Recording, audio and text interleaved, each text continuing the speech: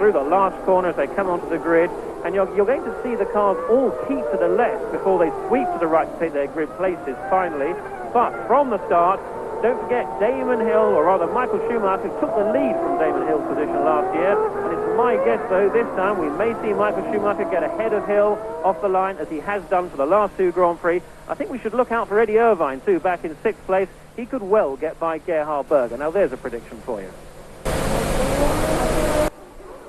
So they roll up to their positions on the starting grid. Remember, on the right-hand side of the grid, as you look at it, is David Coulthard. On the clean side of the track, that is Michael Schumacher. We're on his car now, looking ahead at Coulthard's car.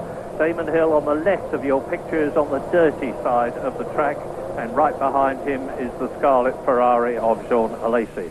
There is the reigning world champion. Is he going to be the 1995 world champion?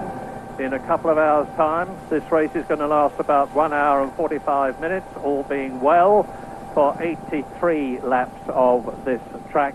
And I say again, because it bears repetition, that this first corner is going to be one of the most important of the season for these three men at the front. Coulthard in pole position, Damon Hill on the left, Michael Schumacher behind Coulthard.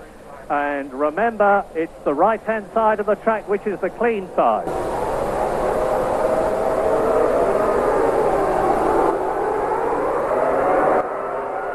Coulthard leads, Damon Hill slots into second place. Michael Schumacher looks as though he's trying to drive around the outside of it, but does not succeed.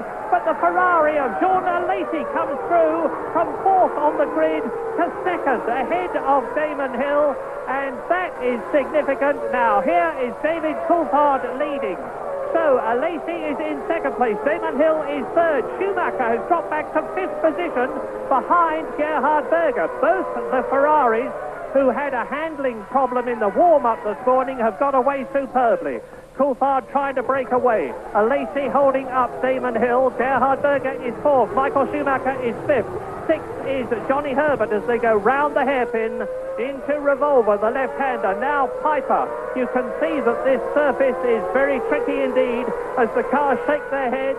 Coulthard, Alesi, Hill, Berger, Schumacher ahead of his teammate Johnny Herbert. Not a good start for Michael Schumacher, and I remind you how nervous that car is in handling terms, and I remind you that he needs to finish up front as much as he can in order to win the World Championship this year. He's not in good shape at the moment as they come through to complete the lap.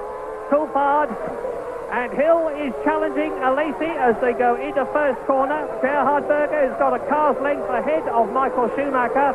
Eddie Irvine is in 7th place and Frentzen is 8th.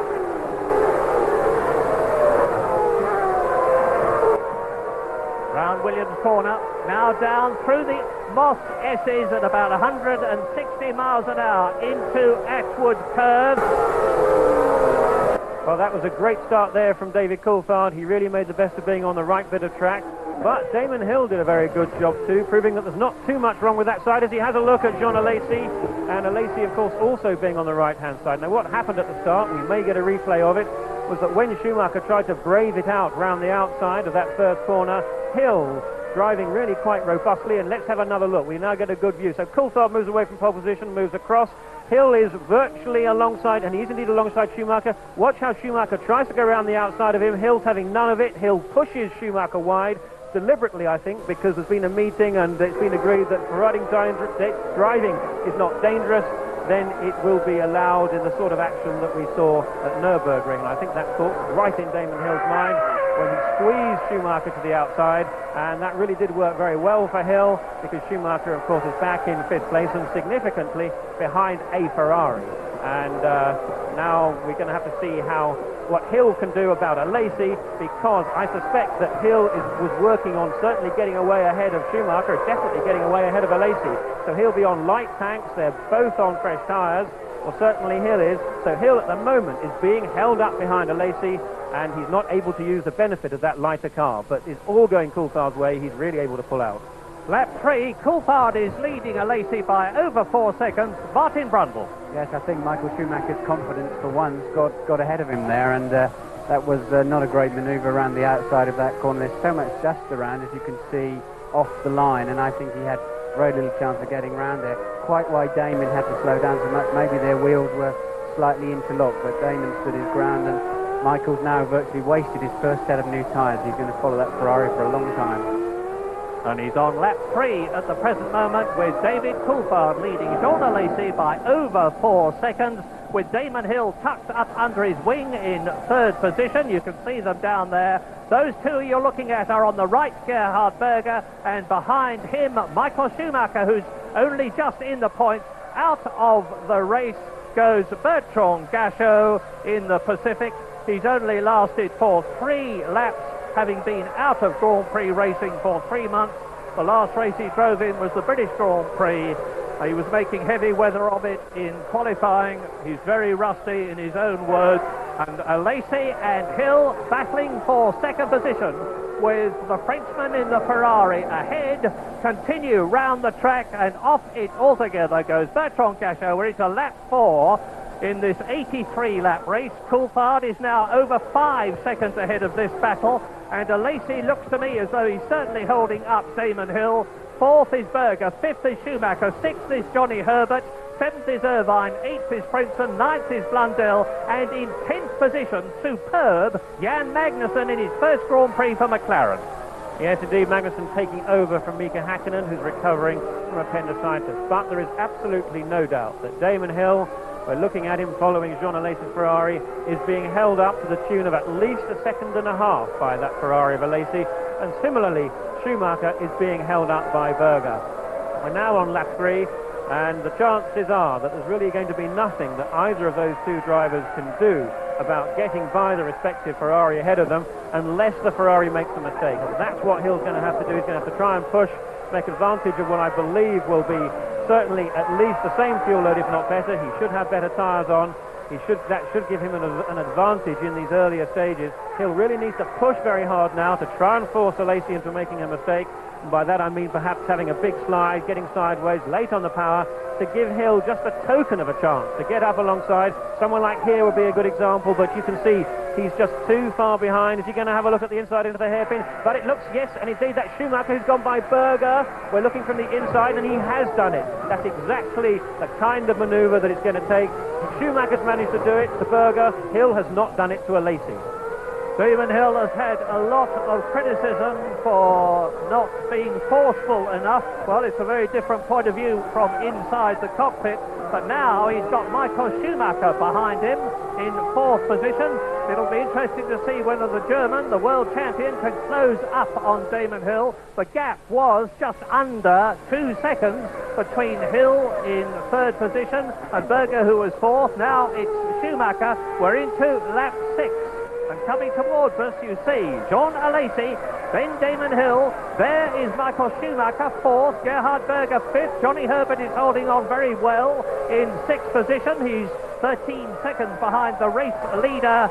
And Damon Hill has another look, another try as they come down. This is a replay of Michael Schumacher going through and taking that 4th position from Jean Alesi.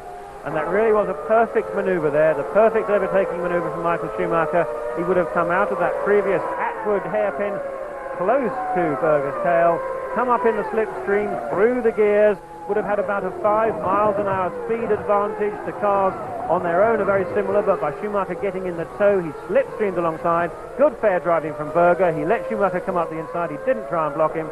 Schumacher goes by. Now Schumacher already closing up on Damon Hill. Of course, Damon Hill, we mustn't forget, is being held up by Alesi.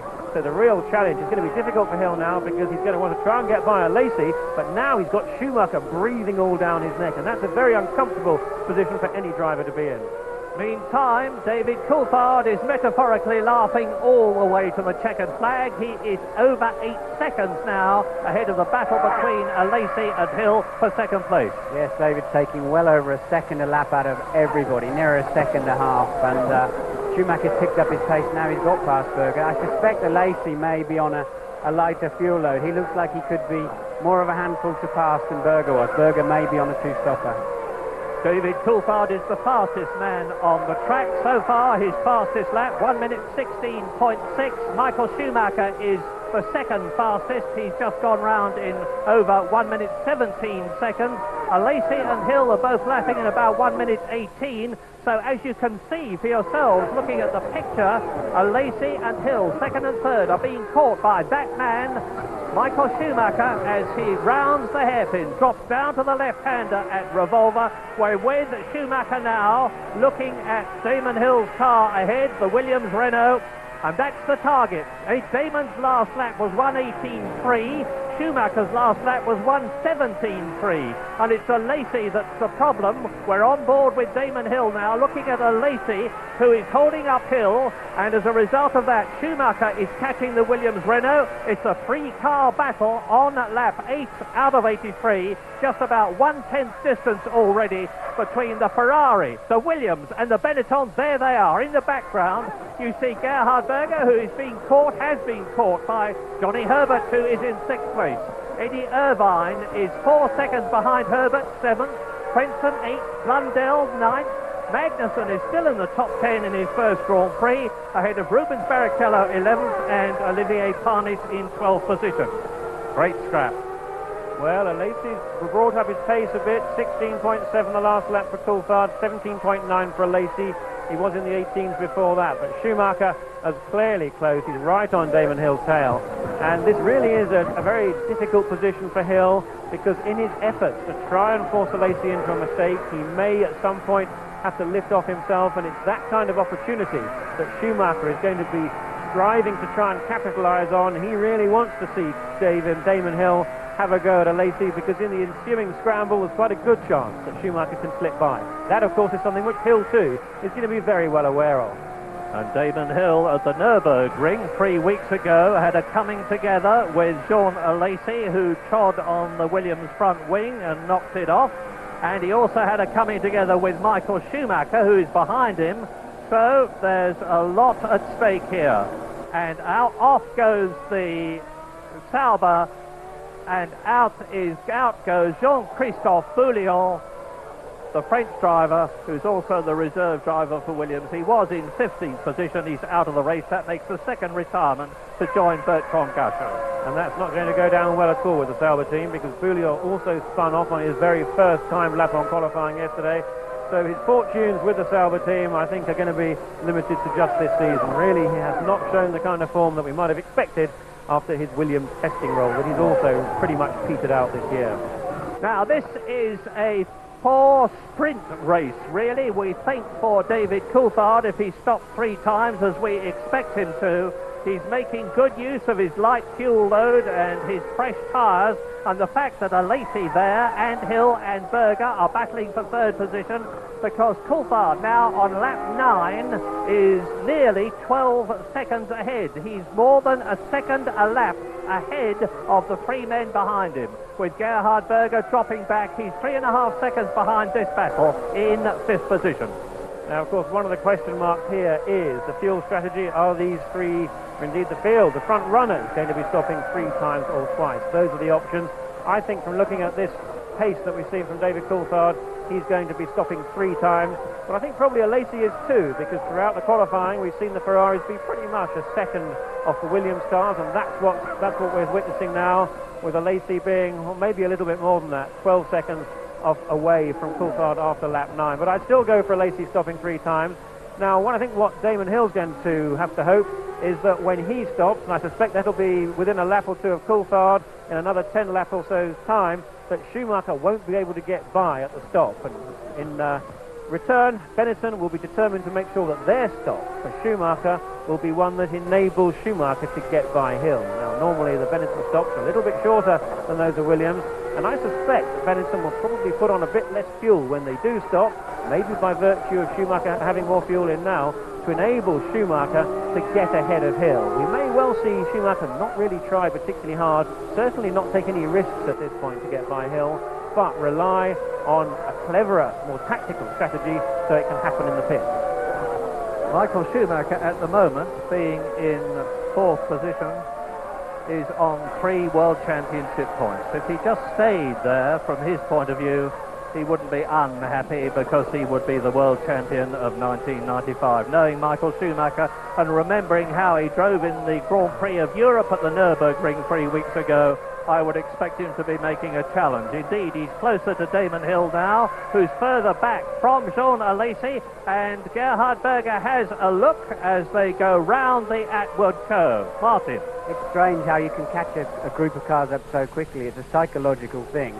And then if you don't pass them very, very quickly, you tend to just fall into their pace. Of course, your car is affected badly. So, you see for yourselves there, sorry Martin, you see for yourselves there that Schumacher is certainly not hanging back.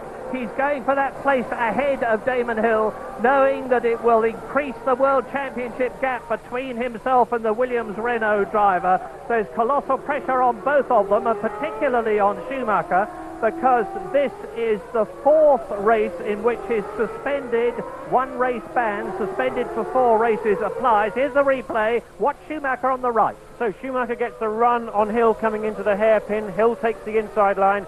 Schumacher looks at the outside, locks up that right front wheel, but Hill manages to keep it tight, and that was the important thing to do round that hairpin to prevent Schumacher coming up on the inside. Now, once Hill got in front, coming 2/3 of the way through that corner, there was then nothing that Schumacher can now do until we get to that point on the next lap, and I suspect we shall see Michael close his way up through the, he's just coming down to the Atwood hairpin now, where the whole thing started before. So clearly, and that's one of the Ligiers, that is indeed a Suzuki, Aguri Suzuki, out of the race, wheel spinning. I'm afraid that's a scene that we've seen all too often from Suzuki. He's actually retired from many races in the past for going off the road. That's at the last corner, and we can see it on the map there, end of his race. Embarrassing on home soil. Yes, and not in a very good place, because a lot of cars were putting wheels onto the gravel there yesterday. They take a very wide line coming out of that corner, and I hope they're going to be able to drag the car through the gravel at least part of the way. But meantime, with Schumacher again having a look to get past Damon Hill, Coulthard is now on his 12th lap, and he's 14 seconds ahead of Alesi, who is 2.3 seconds ahead of the battle you've just been looking at. And the marshals connect up the crane hook to remove the... No, they're going to tow it off. I apologise, they're going to tow it off. But remember, we're on lap 13 now, and it could be as early as we think lap 18, but David Coulthard could be coming in if he's on a 3-stop strategy. And that's why he's endeavouring to build the maximum gap between himself and second place Jean Alesi, so that he can get into the pits, stop, change 4 wheels and tyres, take on a small amount of fuel, bearing in mind he would be coming in twice more, and get back into the race as quickly as possible without being caught up with traffic. Lap 13 then. That's Alesi. There's Hill, behind him Schumacher. Yes, Michael Schumacher obviously has got a sense of humour with that manoeuvre he tried to make around the outside of Damon. That would have been extremely embarrassing if he'd have pulled that one off. It never really was an opportunity, but it was fun to see him try. But these two, I think, will now catch Alesi back up again. And as I was saying before that manoeuvre, it's a psychological thing. You can speed up to the back of another car, and on a tight circuit like this, you can almost get mesmerised and just end up falling into that car's pace. And it's you have to push yourself very hard to arrive and try and overtake that car immediately. Otherwise, you just settle into his pace. And David Coulthard has already, on lap 14 out of 83, lapped everybody up to 19th place, because he's just gone past Roberto Moreno's 40 Ford. The Brazilian, very experienced driver, has now been lapped. And of course, that's going to make things even more difficult for Alesi, Hill and Schumacher. They're going to get in amongst the traffic, but David Coulthard is dealing with very capably thus far. Retirement so far: Bertrand Gachot is out, Bouillon is out, Suzuki is out. 21 competitors left. We're on lap 14. That's the race leader. So lap 13, Coulthard 13 seconds ahead of Alesi. Now, at this point, I suspect that the Williams team believe that Alesi is going to stop 3 times, certainly the same number of times as Coulthard, but they can't be absolutely sure, and it would be much more comfortable for Williams and Coulthard if he can continue to pull out a second and a half a lap, because if Coulthard makes his first stop round about lap 20, he might just have a sufficient advantage, a sufficient gap. Let's say 23, 24 seconds would probably be enough for him to come in for that pit stop, take on 55 odd litres of fuel, and get out ahead of the man we're now riding with, ahead of Jean Alesi, and that means that if Alesi was after all going to make 2 stops and therefore stay out for a further 6 or 7 laps, Coulthard is not going to get held up behind Alesi, and that after all is what happened to Damon Hill. To Hill's frustration at the last Grand Prix, Hill came out of the pit, and or rather Hill came up behind Alesi and was being held up behind Alesi, and he'd had to lose 4 seconds from doing that. Well, now Alesi's got the traffic problem that David Coulthard has dealt with. He's got the 240s in front of him. First of all, that of Pedro Diniz. That's the yellow car with the green stripe on the front wing. Past goes Alesi. Damon Hill nips through. Pedro Diniz runs wide, and Michael Schumacher goes through. That was a thoughtful and considerate bit of driving by the Brazilian, who's very new to Formula One. And Alesi, Hill, Schumacher, 2nd, 3rd, 4th. Berger is still 5th. He's 6 seconds behind this battle. Johnny Herbert is in 6th place, just about 1.5 seconds behind Berger.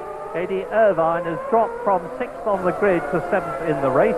Heinz-Harald Frentzen is 8th in the race as he was on the grid. And still the 2 McLaren Mercedes of Blundell and Magnussen are in 9th and 10th places.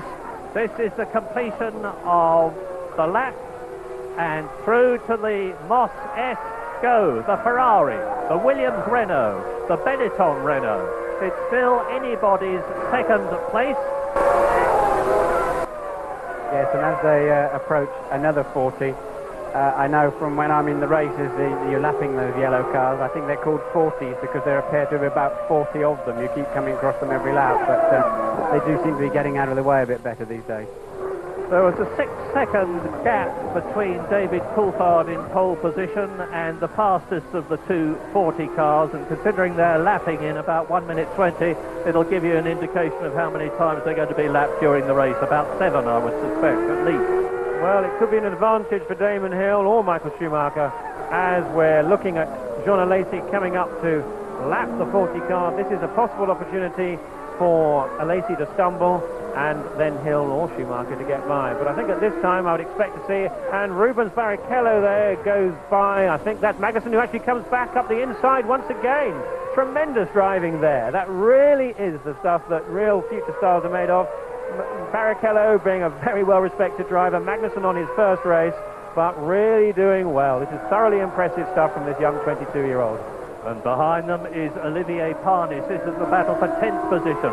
The red and white McLaren Mercedes of Grand Prix debut man Jan Magnussen from Denmark, keeping Rubens Barrichello, another 22-year-old but a lot more experience in Grand Prix racing, because this is Barrichello's 45th Grand Prix, and behind him is the blue Ligier of Olivier Panis, and here is the battle for 2nd place, which has got the 40 behind them. Alesi, Hill, Schumacher.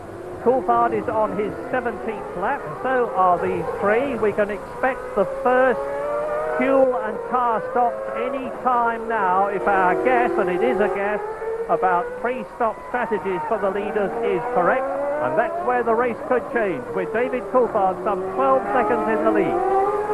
Yes, indeed. I'd expect to see Coulthard or Hill come in within the next 2 laps, and indeed Alesi as well. And what's interesting is that Coulthard has actually lost a little bit of ground to Jean Alesi in the last 5 laps. At lap 10, Coulthard was 12.2 seconds ahead of Alesi. On lap 17 now, Coulthard is only 11.9 seconds ahead. Now, in fact, just moved up to 12.5. We know traffic's played a part, but nevertheless, I'm sure that Coulthard is really feeling the effect of those tyres going off. He started on new tyres. Probably Alesi didn't, and so the benefit that Coulthard felt in the very, very early stages has now worn off, and hence greater parity between their times. These 3 are coming up on Taki Inoue, or is it Gianni Morbidelli? Gianni Morbidelli in the arrows, returning to Grand Prix racing. He's in 17th position. You can see his car ahead of Alesi and Hill and Schumacher.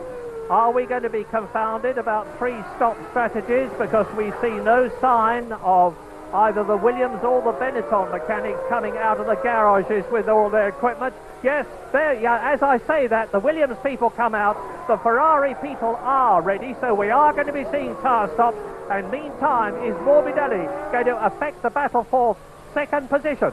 Hill, Schumacher and Berger. There's Alesi, Hill and Schumacher. Now, let's watch these stops carefully. We know we're expecting a Williams stop and a Ferrari stop, and there's big traffic jams up there. But when we watch these cars, when we watch them at the stop, we need to look to see how long that fuel pipe on. That's the critical bit, and this is critical too, as Damon Hill has a look up the inside of John Alesi. Is he going to do it? Oh, Alesi closes the door firmly. Good job. This is very reminiscent of just before the fuel stops at the last Grand Prix, when Damon did indeed go for the gap and ended up being squeezed onto the grass on the inside. But this time, it's clearly only a lap or two before they come in. But when they come in for this pit stop, we need to watch, A, how long the pit stop is, but B, how long that fuel line is on. We know that the fuel goes in at the rate of roughly 10 litres of a second. If it's going to be a three-stop strategy, that's going to be about 55 litres of fuel they need, and a Benetton stop too. Now, I suspect that might be for Herbert rather than Schumacher. I might be wrong, but for Schumacher to be able to get by Damon Hill, he needs to do it on the fuel stop. That means being stationary for a shorter amount of time. So for a three-stopper, let's just recap. 55 litres, 5.5 seconds with the fuel, add 3 seconds to get the hose on and off. That's about an 8.5 second stop if it's 3 stops. If it's a 10-second stop, it's going to be the first of 2, but I'm pretty sure they're going to be round about 8. Martin, your thoughts? I'm absolutely amazed somebody didn't duck into the pits last lap, because they would have had track position, and now they're all going in together. Yeah, and we're riding with Damon Hill, who's got Alesi in front of him and Schumacher behind him. Second, third and fourth all in together, while David Coulthard stays out. Now there is Alesi. Hill goes into the pit lane in front of him and Schumacher between them. Let's see if this fuel into Schumacher. We're looking at Hill, but let's see if Schumacher can just put that pipe on shorter and get out quicker. Well, Alesi sprints out and Schumacher is ahead. So Schumacher has got ahead of and is nearly collected by Eddie Irvine, and Damon Hill was last out. And brilliant tactics there from the Benetton team. They knew that their chance to get Michael Schumacher ahead of Damon Hill and John Alesi was going to come from being in that pit for the minimum amount of time.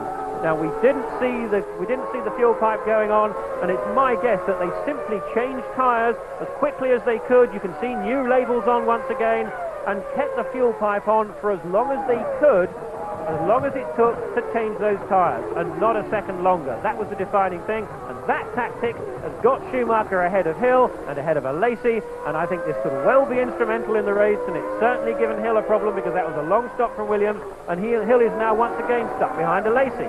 Yeah, and Hill has not only got Schumacher ahead of him, he's got Irvine and Frentzen, so he's in real trouble. But news from Tony Jardine. Must say down here it was absolutely brilliant, because they had a grandstand seat as the Ferrari, the Benetton and the Williams all came in together.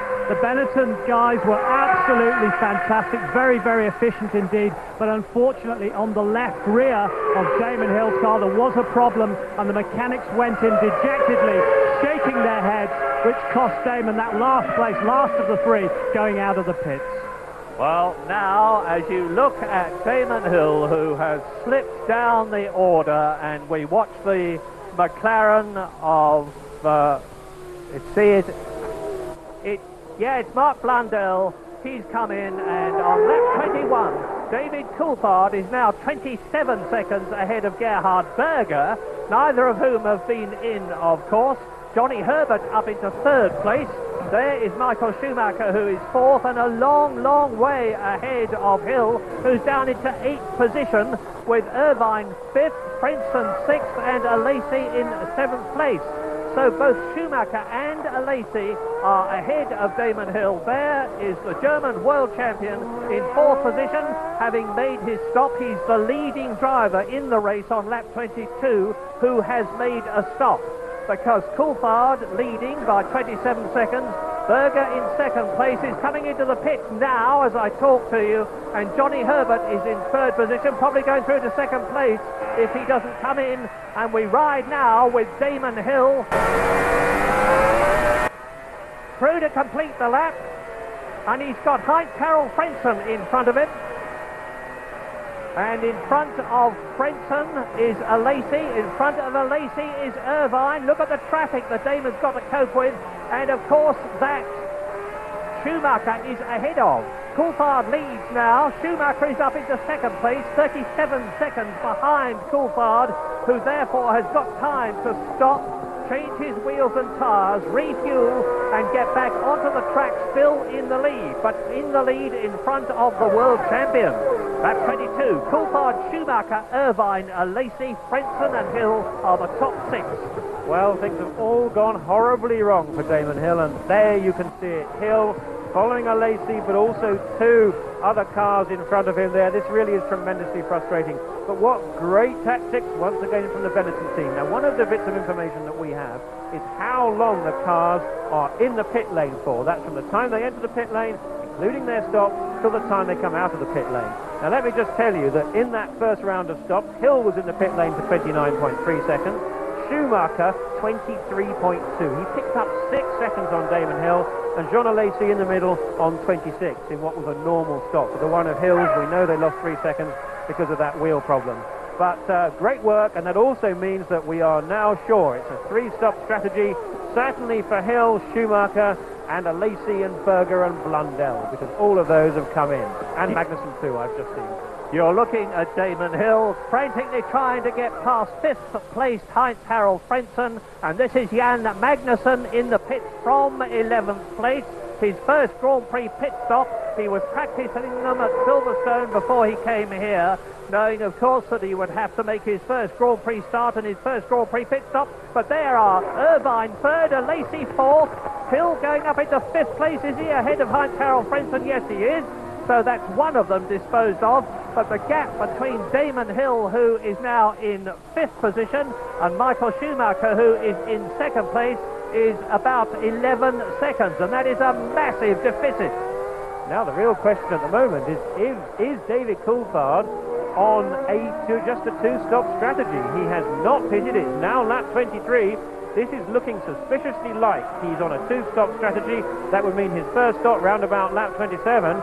And that means that his performance so far is even more impressive. It's the kind of performance that we used to wax lyrical about from Schumacher early on, as Schumacher sets a new fastest lap of 1 minute 16.6. That's as we expect, because he's got fresh tyres on there. He's now 33.7 seconds behind Coulthard. Now this should give Coulthard enough of a margin for him to come in, and it must surely be, if he's on a 2-stopper, for his first stop in another 4 laps time, to actually get into the pit and get out ahead of Michael Schumacher. Irvine laps Inouye, Lacey laps Inouye. Right behind him, Damon Hill does the same thing. But of course, if David Coulthard is on a 2-stop strategy, it means that his tyres are going to be worn at the end of the race. And what a terrific strap as Lacey goes past Eddie Irvine up into 3rd position. And there, Damon Hill drops back. Well, Damon Hill there giving Eddie Irvine a tap on the front. I think Hill just didn't appreciate that Irvine was going to slow up at that point. It probably hasn't done any damage to the cars, I don't think, as Katayama comes in for his first stop, lap 24 for him. And Williams pit are getting ready for Coulthard, we hear now. So I think Williams have been hedging their bets. Now, the interesting thing now is, will they try and convert Coulthard, into a 2-stop strategy, or will they have it as a 3-stopper? And the way we're going to tell is from how long he's stationary. There shouldn't be any other cars around. Let's have another look there as up the inside there goes a Lacey inside Irvine. Hill's left front wheel right on the back of Irvine. That was really very difficult indeed. Let's have another look from the outside. Irvine locks up his wheels. Hill comes in the inside, pushes. That was a mistake from Damon Hill, really, there. He was really never going to have a chance to get through there. Now look at the time. We need to see the time. Coulthard's coming in. If it's going to be 8-9 seconds, it's a 3-stopper. If it's going to be 10 or 11, it could be a 2-stopper. 32 seconds in the lead, ahead of Michael Schumacher. This is lap 25. Now, what Williams need to do here is just be very careful and deliberate about changing those tires, changing those wheels, letting the fuel go in, getting the fuel hose off. It's a long stop. 11 seconds. Jonathan. 2-stopper, the first of 2 stops. That's my guess. And where is he coming out? This is the important issue. And Coulthard is out ahead of Michael Schumacher. David Coulthard still leads the Grand Prix. That's perfect. By 7.5 seconds on new tyres. That's good news for David Coulthard. Bad news for Michael Schumacher. But not too much of a problem for Michael Schumacher. He's currently on 6 points for second place in the race if he stays where he is at worst from his point of view. And that would increase his World Championship lead over Damon Hill, who's currently in 4th position. Martin. Yes, I think Damon has broken the end fence on his front wing. You can see them getting another one ready there. It won't affect the performance too much, and it certainly wouldn't be worth stopping for, I imagine, but it's going to make him understeer. It's going to make the front of the car slide more than it should. I just hope there's not more structural damage than that. Well, Damon certainly gets his share of bad luck in terms of collisions and problems in Grand Prix. Remember what happened to him in Germany when he hit a Lacey and had a coming together with Michael Schumacher, which adversely affected his performance. And if he has to change a nose cone, it's certainly going to be the end of his World Championship hopes. And maybe it's going to make things difficult for him in terms of second place in the World Championship, because Coulthard was only 12 points behind him in third place when this race started. There you can see it clearly, the end plate broken off of that front wing. Now I'm afraid that was not bad luck from Damon Hill. That was an error, a judgmental error. I'm afraid we've seen it all too often from Damon Hill. He can be so very quick, but he can also make some silly mistakes, and that was one. Eddie Irvine is known as being a tough nut, and now with the edge of that front wing broken, that he will lose the balance of his car to the extent that the front will tend to slide wide. Now on a circuit in which tyre performance is so important, you really cannot afford to have them going off, and that's going to compound his problem and really put him out of the equation as that Irvine comes in for his first stop. Lap 27. Coulthard leads Schumacher by a decreased margin of 5.6 seconds. Coulthard on new tyres and a heavier fuel load than Schumacher. Lacey is third, Hill is fourth, Berger is fifth, Frentzen is sixth, Herbert is seventh, and Olivier Panis is eighth. Martin Brundle. Well, Damon appears to be keeping up a good pace, but I tend to agree with Jonathan. Eddie Irvine was always going to be watching the Ferrari in that situation. He would never have enough capacity left to be watching Damon coming in as well. I'm surprised Damon put his nose into that situation. Yes, he's twixt the devil and the deep blue sea in many ways, because he would want to be forceful there. He's had criticisms, as I said, about not being forceful enough. He's got the knowledge that he's got to get ahead of the people in front of him to try to catch Michael Schumacher, which is a pretty forlorn hope. Schumacher is lapping in 1 minute 17. Hill is lapping in 1 minute 17.6. 6/10 of a second slower on the previous lap, as Lacey comes towards us in third place, 21 seconds behind Michael Schumacher, and David Coulthard closes again on Roberto Moreno to lap him for the second time. That's the gap visually between Michael Schumacher and David Coulthard, the leader, as they go round the right-hander, down into the left at Revolver, the left-hander at Piper Corner. So Coulthard, Moreno, a lap behind, Michael Schumacher. Then there's 20 seconds before Jean Alesi appears. So it is a battle now, and very much so, on lap 28 in this 83-lap Pacific Grand Prix, between David Coulthard for his second Grand Prix victory and Michael Schumacher, who will be hoping for his 8th of the year, and he wants to beat Nigel Mansell's record of 9 wins in a season before this year ends and he goes to Ferrari. He's got this race, Suzuka and Australia. Those graphics tell us that Michael Schumacher is now 4.0 seconds behind David Coulthard. He was 4.9 seconds behind Coulthard. The figure in brackets was the figure that existed on the previous lap. Now, the interesting point here is that we think, I'm pretty sure, in fact, that Coulthard and Schumacher are on rather different fuel loads. That short stop of Schumacher's had a positive effect of getting him ahead of Damon Hill and Jean Alesi. The negative effect of it is that it didn't give the Benetton team much chance to get a lot of fuel in that car. And by my reckoning, he got about some 40 litres in. That's probably enough for about 16 laps. Now that would mean that Schumacher will need to come into the pits round about lap 36. That's just another 8 laps time, as Damon Hill has a look there with Jean Alesi, closes the door at the hairpin. That's the corner that Hill touched Irvine at. because Hill's still driving with that broken front wing end plate, but this would mean that Schumacher will need to pit in the next 8 laps, whilst David Coulthard will be able to keep going, I believe, until around about lap 53, something like that, if we're right. But we're still taking a few stabs at it. Schumacher is taking a second, or did on the last lap, but he's going a little bit quicker than David Coulthard. But it looks like he may well get held up by David Coulthard, and Coulthard certainly won't do anything to let him by. And so it could be that Schumacher's advantage from being on a light fuel load will be thwarted by Coulthard being out in front. Watch Gerhard Berger in the background. He's closing on Alesi, who is third, and Hill, who is fourth. And we've got news from the Benetton pit from Tony Jardine. There's also another problem as a result of those 2 Benetton pit stops for Michael Schumacher and Johnny Herbert, because there's a concern amongst the mechanics here that the inside of the rear wheel rims are severely graunched. Something's been rubbing away on the rear suspension, and they've taken the old wheels and tyres that came off from the pit stop, and they've been desperately trying to fit them back up on the T-car, which is up on jack, checking what the problem is. So I'll be watching closely for that in the next set of pit stops. Keep us in touch, Tony. Meantime, we look at John Alesi, third, Damon Hill, fourth. Coulthard is still ahead of Michael Schumacher by 4 seconds, benefiting as his fuel load decreases and his car gets lighter.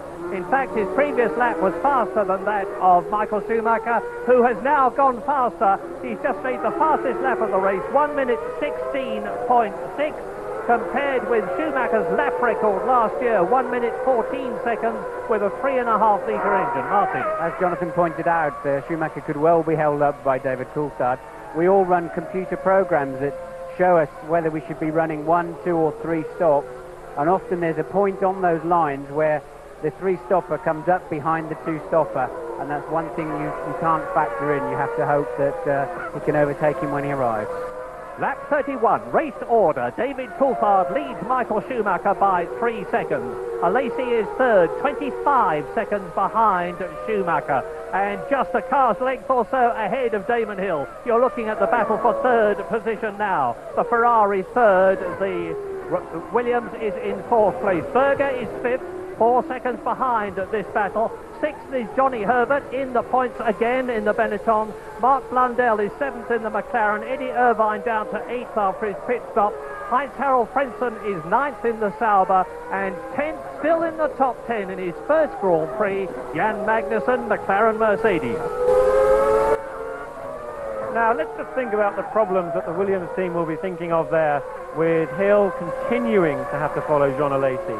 We know that both Hill and Alesi stopped for their first stop on lap 20.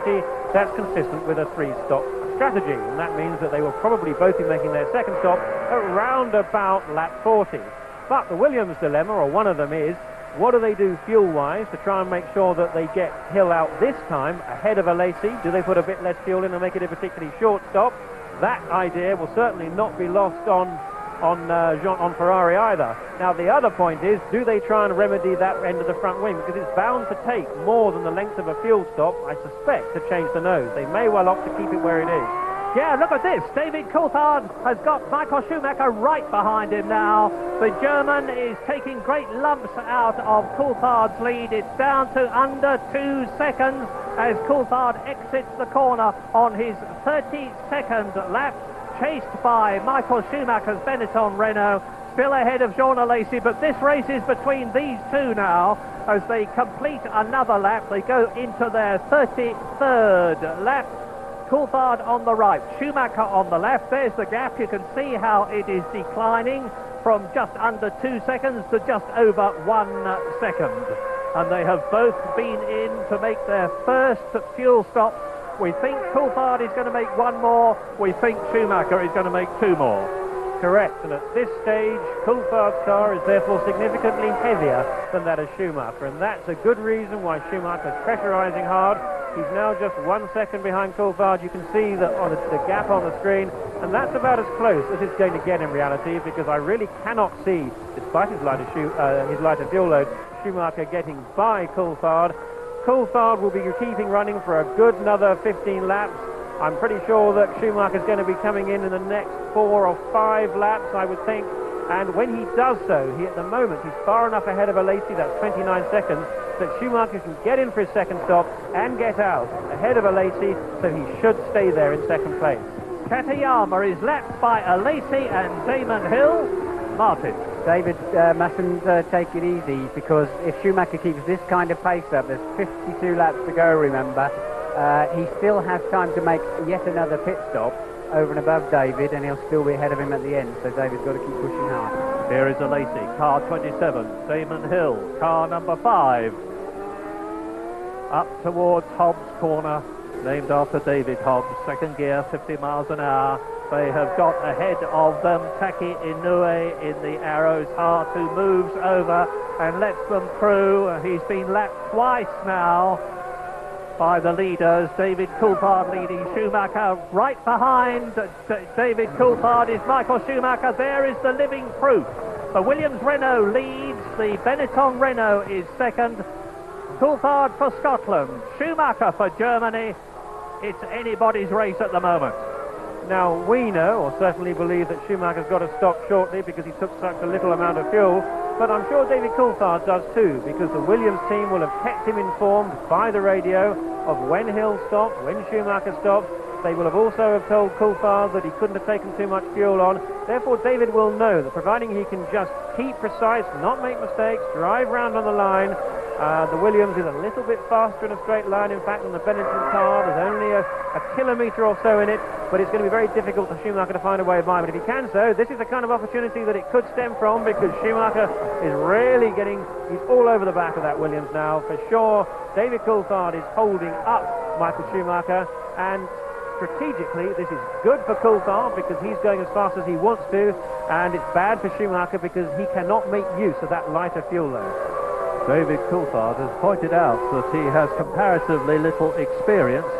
Michael Schumacher has driven in 3 times as many Grand Prix as David Coulthard. He's driven in 66 before this one. David Coulthard has driven in 22, and it's a mark of credit to the Scotsman that he's able to keep Michael Schumacher behind him the way he is doing. Now, this track is very difficult to pass on. We've seen that. The differential in performance terms between the Williams Renault and the Benetton Renault is small. Schumacher is the world champion. David Coulthard has won but one race, but they're very equal at the present moment on lap 35, pursued by Alesi and Hill. There they are, third and fourth, over half a minute behind the battle for the lead, and some 3 seconds ahead of Gerhard Berger, who is fifth. Some 5 seconds ahead of Johnny Herbert, who is sixth in the points. Mark Blundell is still seventh. Irvine is still eighth. Frentzen is still ninth, and 10th is still Magnussen. So let's just review the pit stop situation. Lap 35, lap 40 or thereabouts is when I believe those two, Alesi in the Ferrari and Hill in the Williams, will come in for the second of their 3 stops.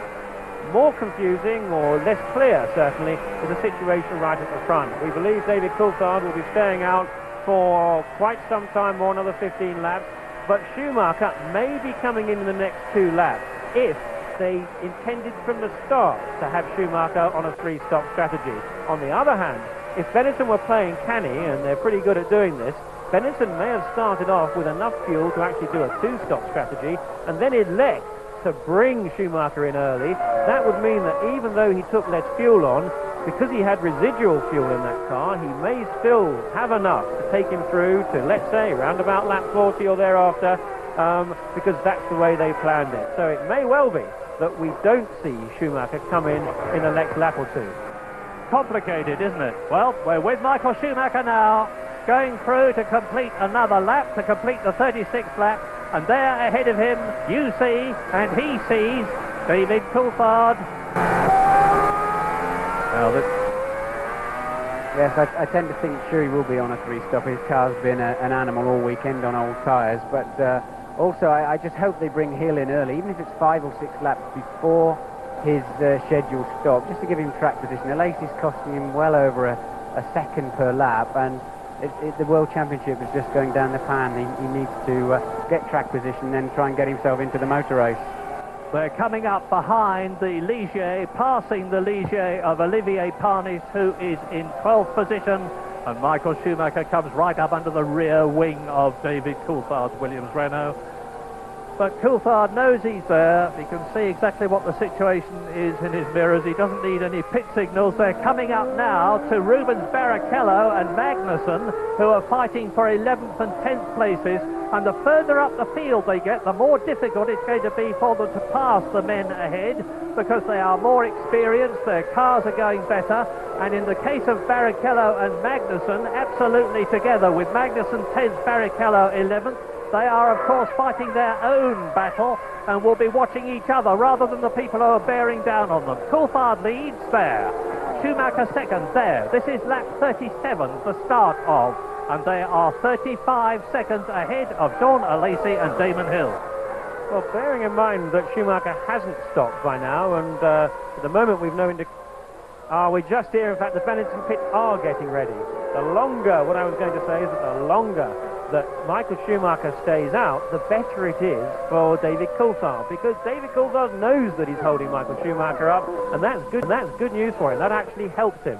But another battle, actually, that we're seeing nothing of as the Benetton team get ready for what must be Michael Schumacher, is that of Johnny Herbert, who's actually close to within 1.7 seconds of Gerhard Berger. So, who's coming in? This is lap 38. Coulthard leads Schumacher by the distance that you can see. They are 34 seconds ahead of a close battle between Alesi and Hill for third position. Berger is 3.5 seconds behind Hill in fifth place. Johnny Herbert is 2.8 seconds behind Berger in sixth position in the points. Mark Blundell still seventh for McLaren Mercedes. Eddie Irvine eighth, way is in the Jordan Peugeot, and into the pits comes Michael Schumacher from second place, and this, of course, is a gift for David Coulthard. The gap was under half a second, and Michael Schumacher comes in for his second stop.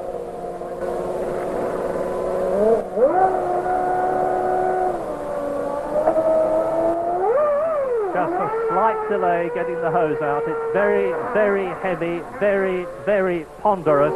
It needs two men to support it, and Coulthard is scorching his way through the tail enders. He's just gone ahead of Pedro Diniz for the third time as Barrichello moves up and takes Magnussen in 10th position, and right behind them is David Coulthard. So Coulthard on lap 39 out of 83 has lapped everybody up to Jan Magnussen in the McLaren, who is now in 11th position. And significantly, as the Williams team get ready for another stop, significantly we saw Schumacher get out ahead of Jean Alesi. So Schumacher remains there in second place, whilst this stop must surely be for Damon Hill. Now we need to see the Williams team work to get Hill in front of Jean Alesi at this stop. Now they need to do that, I believe, by making A, a faultless stop, and B, by making it a short stop, perhaps making it a little bit less than 1/4 length of fuel. He'll be in, I suspect, at the end of this lap, and we may well see a stop of round about 7 or 8 seconds. Again, let's watch the fuel pipe. Ferrari are getting ready as well. This is going to be a replay of the very first stop, and they're going to have to try and double guess each other, because they will each know that this stop is going to be crucial in terms of getting ahead, because if Hill can get ahead of Alesi on the track, he'll pull away. If not, he'll get blocked once again. And you're looking at Rubens Barrichello as into the pits comes Damon Hill. Now, where is Sean Alesi? Yes, Alesi hasn't come in. He's gone round. That's a pity for him. I mean, Ferrari are asleep there. They're one lap too late, because Alesi can hold Hill all the way into his box, because his garage is before Hill.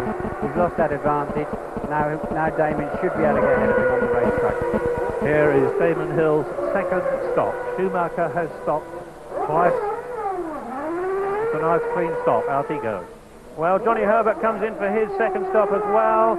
9.6 on that for Damon Hill. Now that was not, to my mind, a particularly quick stop. Now I think that's played into the hands of Ferrari a bit, because Ferrari can see now how short they need to keep Alesi in the pits to make sure they get Alesi out ahead of Hill once again.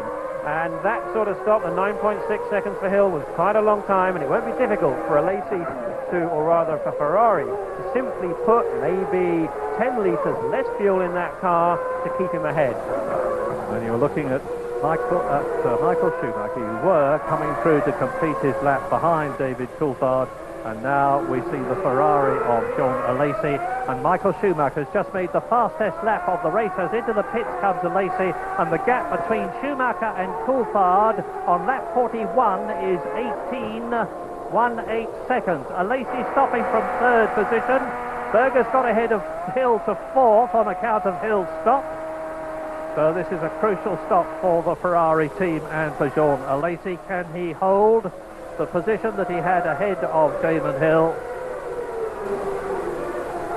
He's a half a second faster than Damon in the pit stop. It's all down to now how fast was Damon on his outlap, and I think he's just gone past. And Damon Hill sails past as we look at Michael Schumacher going faster and faster on lap 41, closing up on Pedro Deniz's 40 to lap it for the fourth time in 41 laps.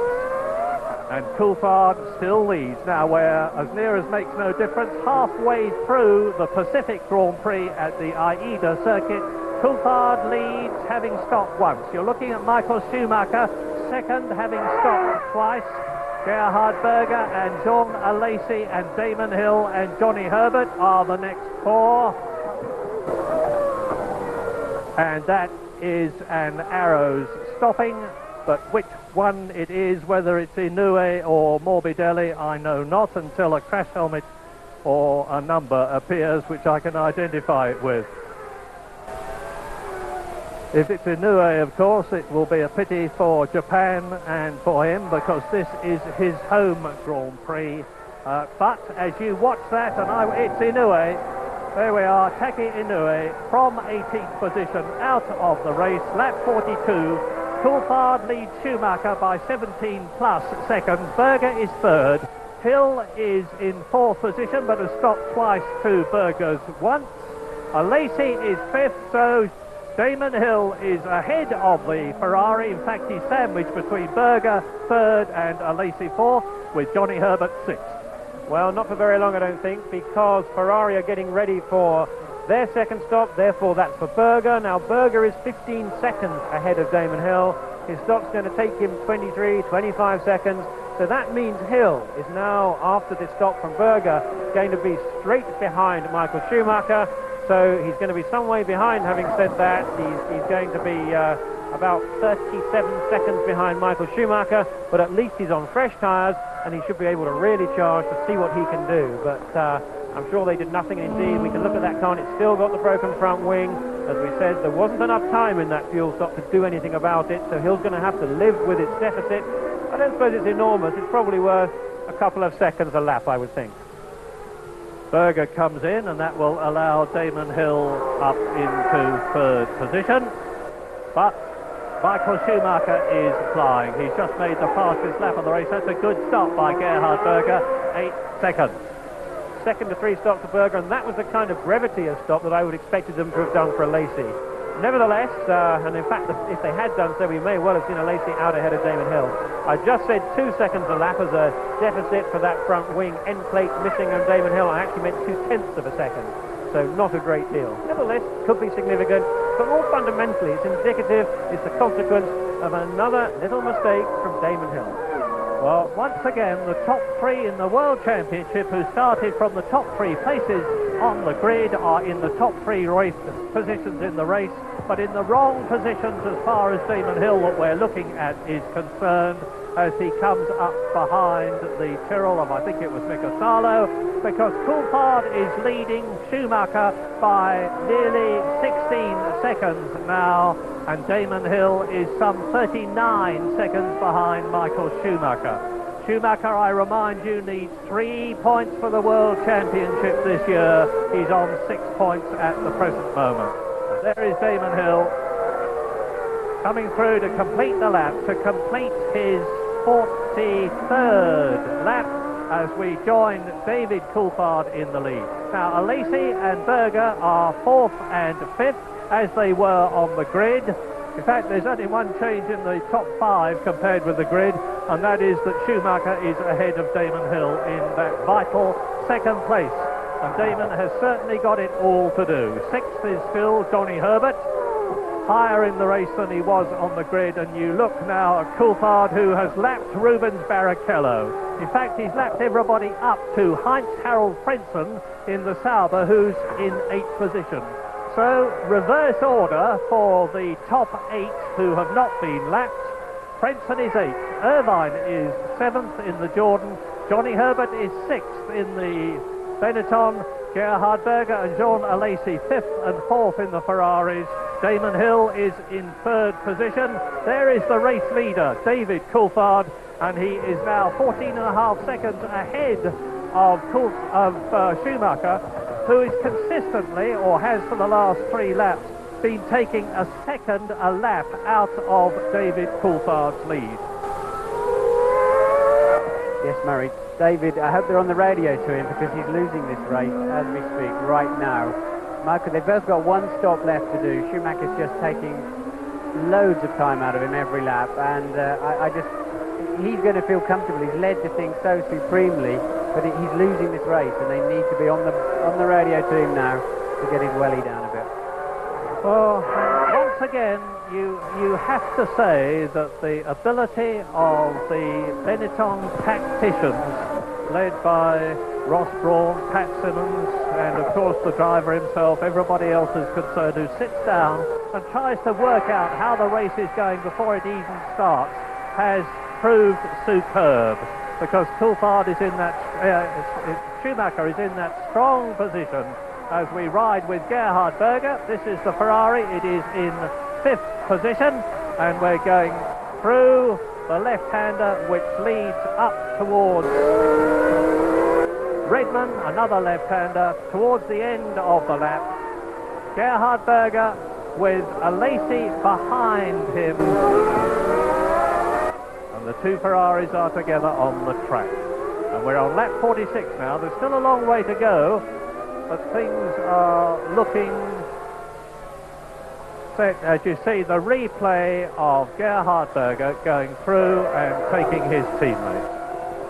So Gerhard Berger crosses the line ahead of Jean Alesi up into 4th position, and he is lapping in 1 minute 18.6, which is a second a lap slower than race leader David Coulthard, whose fuel load is decreasing after his 1 stop. Still got another stop to do, and it's getting very close, and it's running in favour, one has to say, of Michael Schumacher, the way things are going at the present moment. Certainly at this stage, Coulthard needs to do whatever he can. We're lap 46. I believe Coulthard's second of 2 stops will be round about lap 53, 54, something like that. Schumacher's third of 3 stops, lap 60, and the same or thereabouts for Damon Hill, Gerhard Berger and Jean Alesi, and indeed Johnny Herbert. So at the moment it's Coulthard alone of the front runners who's gone for a 2-stop strategy, or rather the Williams team in conjunction with Coulthard, and it remains to be seen as to whether or not that will work. We do know that from a simple stop time that the 3 stopping people will be in the pits for 2 seconds shorter. They'll need to put 2 seconds less worth of fuel in those cars. The stops are worth around about 25 seconds, but so it'll be about, let's say, 23 seconds lost if you're making the third of 3 stops, and maybe 25 seconds lost if you're making the second of 2. But of course the other difference is the amount of weight in the car, and the advantage that the 3-stopper runners should have over 2-stopping is about 0.3 of a second a lap on average.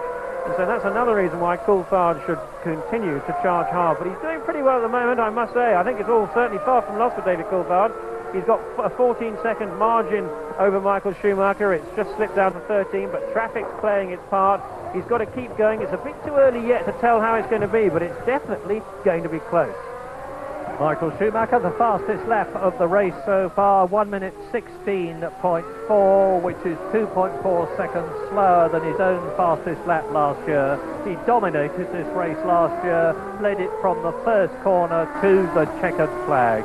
And he's now 13 seconds behind David Coulthard. There is Coulthard in the Williams Renault, and Damon Hill is nearly 41 seconds behind Michael Schumacher. So it's looking very, very black indeed for Damon Hill. It's looking very bright indeed for Michael Schumacher, not just in terms of a high race finish here in Japan at the Aida circuit, but in terms of clinching the World Championship with 2 races to go.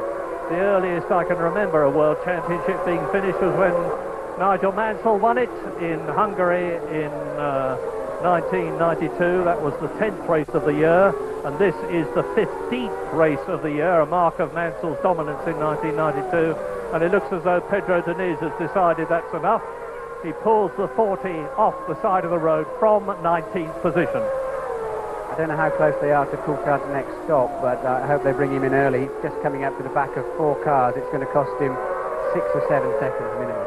Yes, and 2 of them are Eddie Irvine and Heinz-Harald Frentzen, who are continuing to fight for 7th and 8th positions. There's Irvine in the orange helmet ahead of Katayama, who's passed by Frentzen, who has got the Benetton right behind him. Well, there's no doubt Coulthard's losing time with that traffic, but I'm afraid there's no way that Williams can bring him in just yet, because he needs to do a lot more laps yet before they can bring him in. He's shaking his fist at Frentzen. He really wants to get Lynn out of the way, because if he stopped now, he would have to do another 35 laps on his last set of tyres, and that's just too many. Now, I've done a few calculations here. Now, Schumacher was 13 seconds behind David Coulthard. Now, if we assume that he's going to gain 2 seconds on this pit stop merely by fuel volume, that means he's really 11 seconds behind. There are some 35 laps to go, and that means that if Schumacher needs to take off 0.3 of a second a lap off Coulthard for them to be even. It really is very close. And maybe I'm absolutely wrong. I beg your pardon. It looks as if they are perhaps going to bring Coulthard in. Yep, the Williams technicians there ready for somebody, and it's surely David Coulthard, because he's being held up by Heinz-Harald Frentzen in the Sauber Ford, trying desperately to get past him. Remember, Damon Hill had the same sort of situation in the Grand Prix of Europe at the Nürburgring, and past Frentzen Sauber Ford goes David Coulthard. The German gives way, having been gesticulated at fiercely by David Coulthard. Let me by, I am actually a lap ahead of you, even though I'm just behind you, if you follow me, Martin. David's just got to get his head back down again now and forget that frustration. When he passes the pits next time, he's going to learn he lost 3.2 seconds on the last lap to Schumacher. And he can't afford to do that. He realises that. He's really pushing, locks up his tyres, and this is lap 50. So in he comes. Now the critical thing here, is this not indeed the last of 2, but is it the second of 3? If this stop is going to be around about 8 seconds, 7 or 8 seconds, I think it's going to be the second of 3. Otherwise, it'll need to be 11 or 12 seconds to get to the very end. Let's watch. So, past the pits goes Michael Schumacher as David Coulthard is taking his second stop. And on lap 51 out of 83, Michael Schumacher leads the Pacific Grand Prix after a superlative drive, and out goes David Coulthard. Well, David Coulthard is still in the second place ahead of Damon Hill, a long way ahead of Damon Hill, but how are things going to go from the point of view of victory? Michael Schumacher now on fresh tyres, the wisdom of his qualifying strategy, where he deliberately went out for lap after lap yesterday on worn tyres in order to preserve as many new sets as he could for the race, to give him the maximum grip and the best possible traction and car handling, is certainly being proved, because Schumacher is now leading. Coulthard is down to second place, 27 seconds ahead of Damon Hill, who is third. Benetton leads, Williams second and third, and Schumacher is up behind Rubens Barrichello. Rubens Barrichello in the Jordan Persian. And Michael's going to have to be very rude with these two, otherwise he's going to lose the advantage he gained with the other traffic. It'll be interesting to see just how aggressive he's going to be. Well, Barrichello was rude enough to get past the Tyrrell, and now Schumacher has done the same thing. Now he's got the young Brazilian in front of him. There he is in front of us now as we go through the Moss S-curve at 160 miles an hour. Slow down to 95 miles an hour for the Atwood curve. Now, foot hard down, uphill slightly, over the crest, into the top straight at 180 miles an hour. Brake hard for the hairpin, which is second gear, 45 miles an hour, and he's going past Rubens Barrichello to lap him. to lap him. It's not the first time, so Michael Schumacher will have been held up by the Jordan Peugeot of Rubens Barrichello. Is it going to make that much of a difference? Well, the crucial thing is now, does David Coulthard have to come back into the pits for another stop? Now, from that length of pit stop, if you are following it closely, you'll know it's not easy to say, because it was a little bit short to be definitely the second of two, the second of two, and rather long to be the second of three. But it's my guess that Williams did indeed bring Coulthard in maybe 3 or 4 laps earlier than they intended, as Martin quite correctly indicated, that they brought him in early. Therefore, he had 3 or 4 laps worth of fuel still left in that car. Therefore, they didn't have to put in quite as much as they otherwise would. So, the net result of all of that is that I think David Coulthard's made his last pit stop. I very much hope he has. And if that's the case, I'd expect him to actually drop away a bit from Schumacher, because his car is going to be pretty heavy at this point, heavier in fact than any driver's car in the race so far. He's got to get all the way to the end, and that's now some 31 laps on this tank of fuel. The other problem of that strategy is that towards the end of that, towards the end of the race, the last 10 or so laps, he's going to be really struggling, because the tyres are going to be in pretty poor shape. But he will be ahead, because at the moment, Michael Schumacher is only 13.8 seconds ahead of David Coulthard. I think Schumacher will need to make his final stop in 8 laps' time. Now, that's certain to put him behind Coulthard. So the question is, can Coulthard hold off Schumacher, who will undoubtedly be quicker, in the closing 10 or 15 laps of the race? Now, I understand you've lost pictures. I'm delighted to tell you that we haven't. We've got enough problems here without losing pictures. And we're watching the fastest man on the track, who is Damon Hill. And he's just lapped 1.5 seconds faster than Schumacher.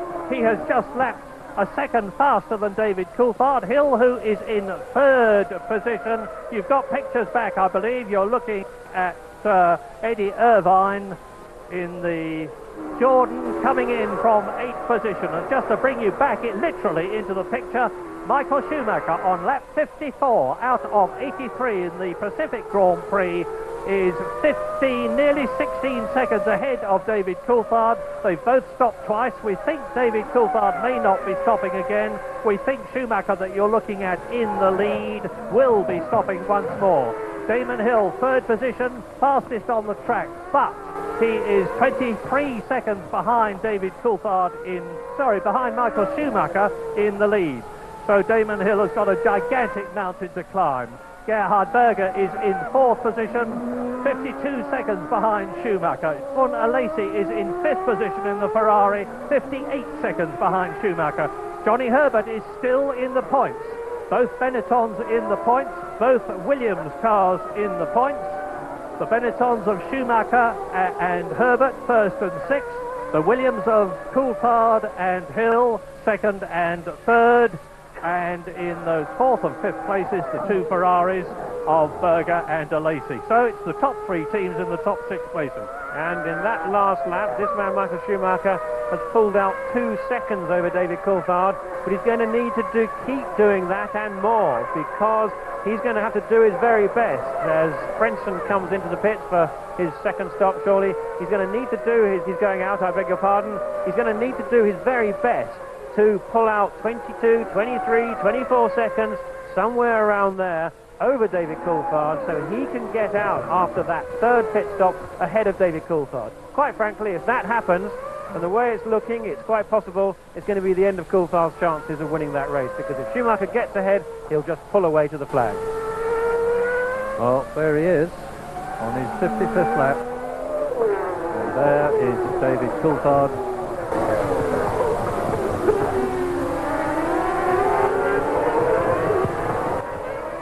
Down into the left-hander at Piper. Well, he's got 1 car ahead of him here on the track. It's Heinz-Harald Frentzen, who's in 7th position. Only 6 of the cars and drivers are on the same lap, lap 55. They are Schumacher, Coulthard, Hill, Berger, Alesi and Herbert. Frentzen, you're watching Damon Hill now. Frentzen has been lapped in 7th position. Parnish has been lapped in 8th position. So have Irvine, 9th, Lundell, 10th, Barrichello, 11th, Magnussen in 11th place, Katayama, who is 13th in the Tyrrell for his home race, his first of 2 home races in Japan, has been lapped twice. So has Gianni Morbidelli. Well, Schumacher is really piling on the pressure. He's pulled out another 2 seconds over David Coulthard. On lap 55, Schumacher is now 20 seconds ahead of Coulthard. Now, if he keeps this up in the next 5 laps, that will mean that he's another, well, 8 to 10 seconds ahead. That's enough to give him the cushion that he needs. Schumacher needs to have 25 seconds lead over David Coulthard before he comes in for that pit stop if he's going to stay ahead. And on the last lap, he went round 2.2 seconds faster than David Coulthard. Can he keep it up? Well, he's supremely fit. I told you earlier on how nervous the car is. You're looking now at Damon Hill in 3rd position, who has just lapped Jan Magnussen in 12th position. I was saying that Michael Schumacher is supremely fit, quite the fittest of all the very fit drivers, I think. The Benetton, which is a very nervous, difficult to drive, car to drive, is nevertheless set up exactly the way Michael Schumacher wants it to be. The whole team is built around him. One wonders what's going to happen next year when Gerhard Berger and Jean Alesi leave the Ferrari team at the end of this season and join Benetton, because the car is going to have to be very different for them than it is for Michael Schumacher. Martin. Schumacher's going to earn about as much money next year as the rest of the drivers put together, and it's not difficult to see why on this performance and in Nürburgring also. He's in a class of his own at the moment. Well, we all have problems. I wish I'd got his, but at the present moment, of course, Schumacher is absolutely walking it for the 2nd World Championship in succession. 1994, notwithstanding the fact that his points came from 12 of the 16 races because of various problems that he had, and here he is going to be well ahead of Damon Hill at the end of this race. There is Damon Hill in 3rd position. He is closing the gap. It's down to 20 seconds now on lap 58 out of 83. As we look at Jean Alesi about to come into the pits for his 3rd and final stop, but just 3.7 seconds behind Alesi is Johnny Herbert. So we've got quite a battle on between Herbert and Alesi. And watch Alesi while I tell you that everyone here is wishing Johnny Herbert luck in this race, because he is out of the Benetton team at the end of this season, and he's being replaced by Alesi, and Schumacher is being replaced by Berger.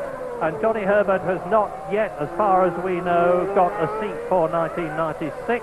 It rather looks as though the Tyrrell seat that he was hoping to get in place of Uka Katayama is in fact going to be occupied by the Japanese driver. Alesi from 5th position into the pits, and I've got a weather eye open for Johnny Herbert to come through as the Ferrari mechanics get ready to change those 4 wheels and tyres. Herbert goes through up into 5th position. So it's Schumacher, Coulthard, Hill, Berger 4th, Johnny Herbert in the 2nd Benetton is in 5th position, and this is not helping very much the Williams team's hope of cutting down the 20 points gap between themselves and Benetton for the Constructors' Championship. At the moment, Schumacher is on 10 points, Herbert is on 2, so that's 12 points, compared with the 10 that Coulthard and Hill have got. So Benetton are going to be even further ahead. But as Gerhard Berger gets the pit sign for the 2nd Ferrari final stop, I think things are looking better for David Coulthard, because in the last 3 laps Schumacher has not pulled out anything. The gap is 20.7, and Schumacher will need to come in, I'm sure, in the next 2 or 3 laps. And if that's the case, he's going to come out behind David Coulthard after all. Into the pits, out of the pits, I'm sorry, goes Jean, I'll get it right in a minute, into the pits. Comes Gerhard Berger in the Ferrari from 4th position. And this is, the leaders now are on lap 59 out of 83. Off the jacks, onto the wheels, back into the race. goes Gerhard Berger, who's driven more races for Ferrari in World Championship events than anybody else in the team's history. Yes, I think Michael just had a couple of laps of traffic because he pulled out another second on that lap. So it's going to be close. If he ends up behind David Coulthard after his next stop, of course he'll be on fresh tyres and the same amount of fuel, so it'll be a good scrap to the end. He'll be a difficult man to keep behind. In fact, he took 1.2 seconds on that lap. Schumacher took 1.2 seconds from Coulthard. Williams are getting ready to bring Hill in, and you saw the Benetton mechanics are already there as Michael Schumacher rounds the hairpin, which is roughly halfway round the lap, goes into Piper, and now Redmond corner. He's lapping David Coulthard by he's leading David Coulthard by just under 22 seconds, having taken another second out, and having put another second on his lead to raise it to nearly 22 seconds. And sure enough, into the pits for his third stop comes Michael Schumacher. And the question is, will he get out in front of David Coulthard? So you watch Schumacher, I'm watching the track and Schumacher at the same time. The seconds are ticking past. There's one car past, there's a Ferrari past. Schumacher still in the pit lane. It's going to be a desperately close run thing.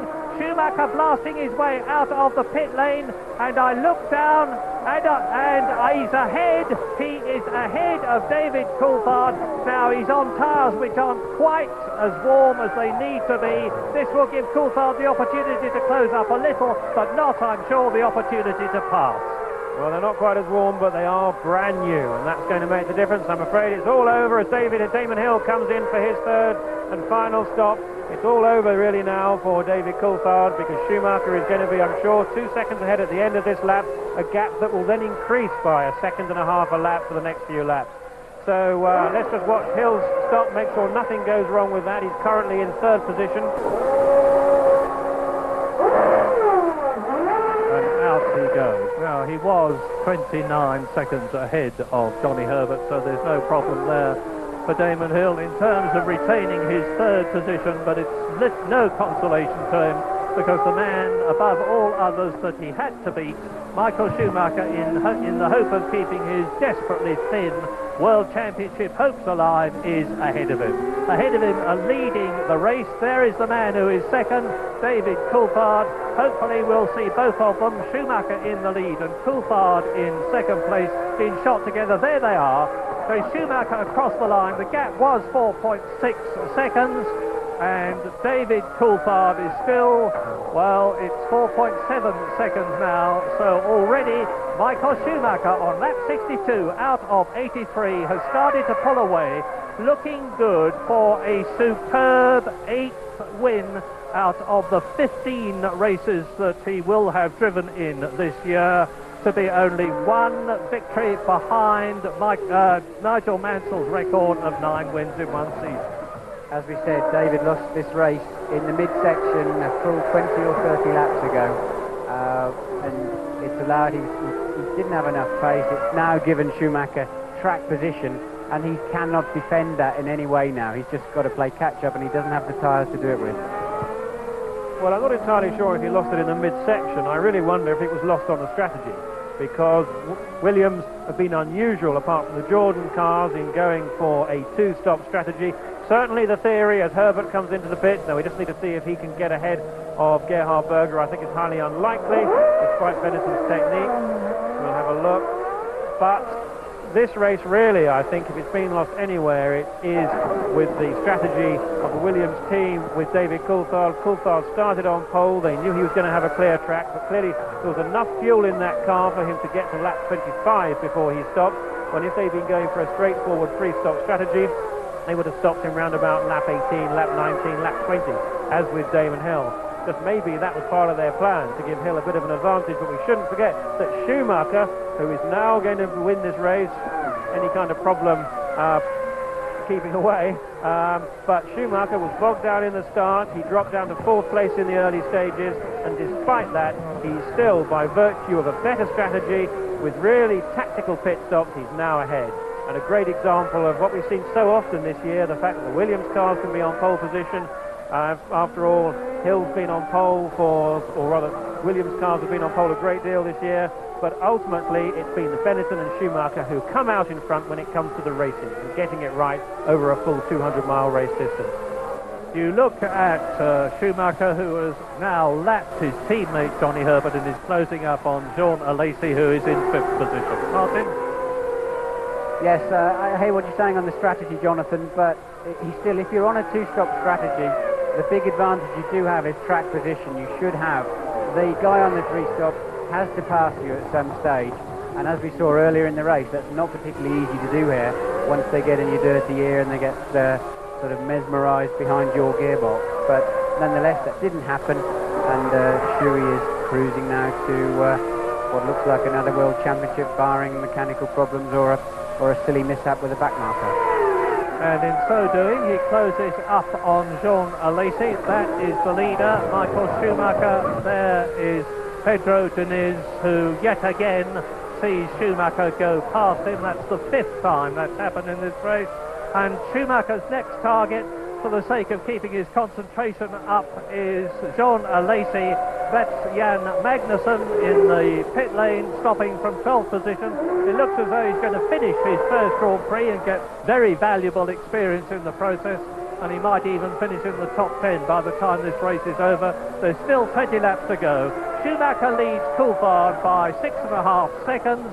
Coulthard is some 43 seconds ahead of Damon Hill, who is some 11 seconds ahead of Gerhard Berger, who is some 7 seconds ahead of Jean Alesi, 5th. Johnny Herbert has been lapped in 6th position. Heinz-Harald Frentzen is 7th. Irvine is 8th. Barrichello is 9th, and Olivier Panis is 10th. And we're looking at Michael Schumacher about to lap Jean Alesi ahead of him. But a great effort from Magnussen, I think. His first Grand Prix, he was really thrown in the deep end when it was suddenly announced to him that Hakkinen had appendicitis and was recovering from it. He's made no mistakes at all, and he's only running 7 seconds behind Mark Blundell through what's a pretty grueling race. So I think it's a great performance. I think we're going to see more of this chap. Yes, I watched the warm-up from out on various corners, and I have to say Magnussen was very consistent and driving very nicely. He's done a very mature job for his first Grand Prix. And now only 4 cars and drivers on lap 65 out of 83 are on the same lap as Michael Schumacher in a magnificent rhythm, remorselessly catches and passes everybody ahead of him. And those drivers who are all on the same lap are Schumacher, who is 7 seconds ahead of Coulthard, Hill, who is in 3rd place and not likely to make any progress unless one of the 2 men in front of him strike a problem, Gerhard Berger, who is in 4th.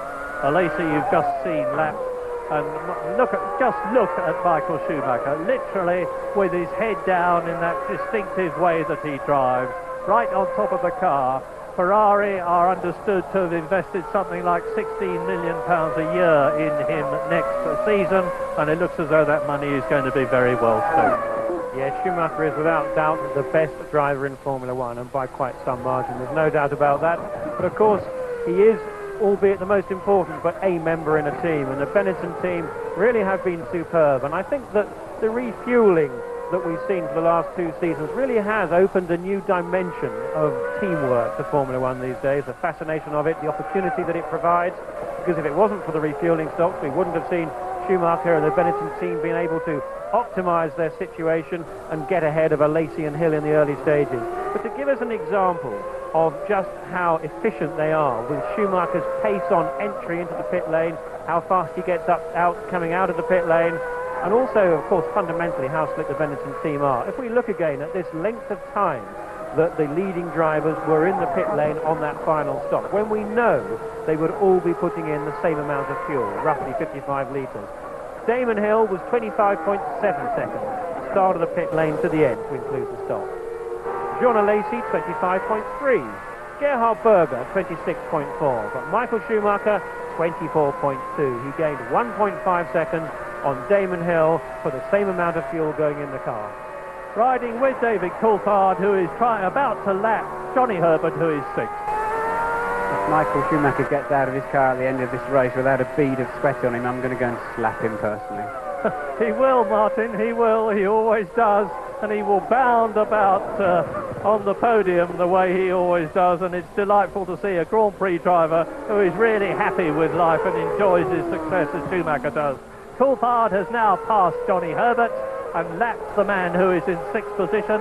So Herbert has been lapped by Michael Schumacher, race leader, now nearly 10 seconds ahead of Coulthard, the man you are watching.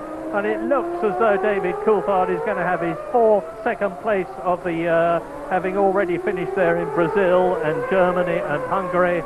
It means that the gap between Hill, who is 2nd in the World Championship, and Coulthard, who is 3rd, is going to have been reduced by 2 points from 12 to 10, assuming that they stay in 2nd and 3rd places. It means to say that Damon Hill, who will have lost the World Championship here to Michael Schumacher if Schumacher wins this race and Hill finishes 3rd, is going to be in danger of losing 2nd place to his teammate David Coulthard, who will have the Japanese Grand Prix at Suzuka next weekend, and then the Australian Grand Prix in Adelaide on November the 12th, further to close the gap between himself and Hill. And the way Coulthard is driving, and I remind you that he started from pole position in the last 4 races, the last 3 of them ahead of his teammate Damon Hill, who was 2nd on the grid, and of course the 4th one in Italy ahead of Schumacher, who was 2nd on the grid. And the way Coulthard has driven in this race, he can do that. Martin. Yes, I mean, Michael's just enjoying himself now. He's just done a lap that's 2/10 of the fastest lap of the race by him. And he's just really enjoying himself. He's not easing off, he's not thinking about his championship, just like when he went around the outside of a Lacey in the Nürburgring. He's just really enjoying himself. And indeed, you do have to wonder why, when Schumacher and the Benetton team have failed to be on pole position so often this year, that they can be winning Grand Prix so often. 7 wins for Schumacher this season, about to become an 8th. And I think looking at the reasons for it, it does seem that the Williams car is frankly the quicker car. And the reason that Schumacher and Benetton are winning Grand Prix is because Schumacher is frankly the faster driver. He's not just faster, he's also more consistent. He's able to keep right on the limit for longer. He doesn't tend to make mistakes, and he's able to think in the car as well as drive, and to coordinate with the Benetton team, who are really sharp, to make the best possible use of their equipment to get out and win Grand Prix. And it really is what a privilege to look at this operation being so effective. And thinking that this chap, as one of the Jordans pulls off, it looks like Rubens Barrichello, I think, there, or perhaps a problem with the Peugeot engine, as we've seen so often this year. But Schumacher bogged down in 4th, 3rd place on the grid. You know, it really looked to be yet another race that has gone Williams' way, and it hasn't. And very worrying for Damon Hill, of course, who, as I said earlier on, has been under all sorts of pressure here about his driving and about his ability to win the World Championship after the previous races, and particularly what happened in the Grand Prix of Europe.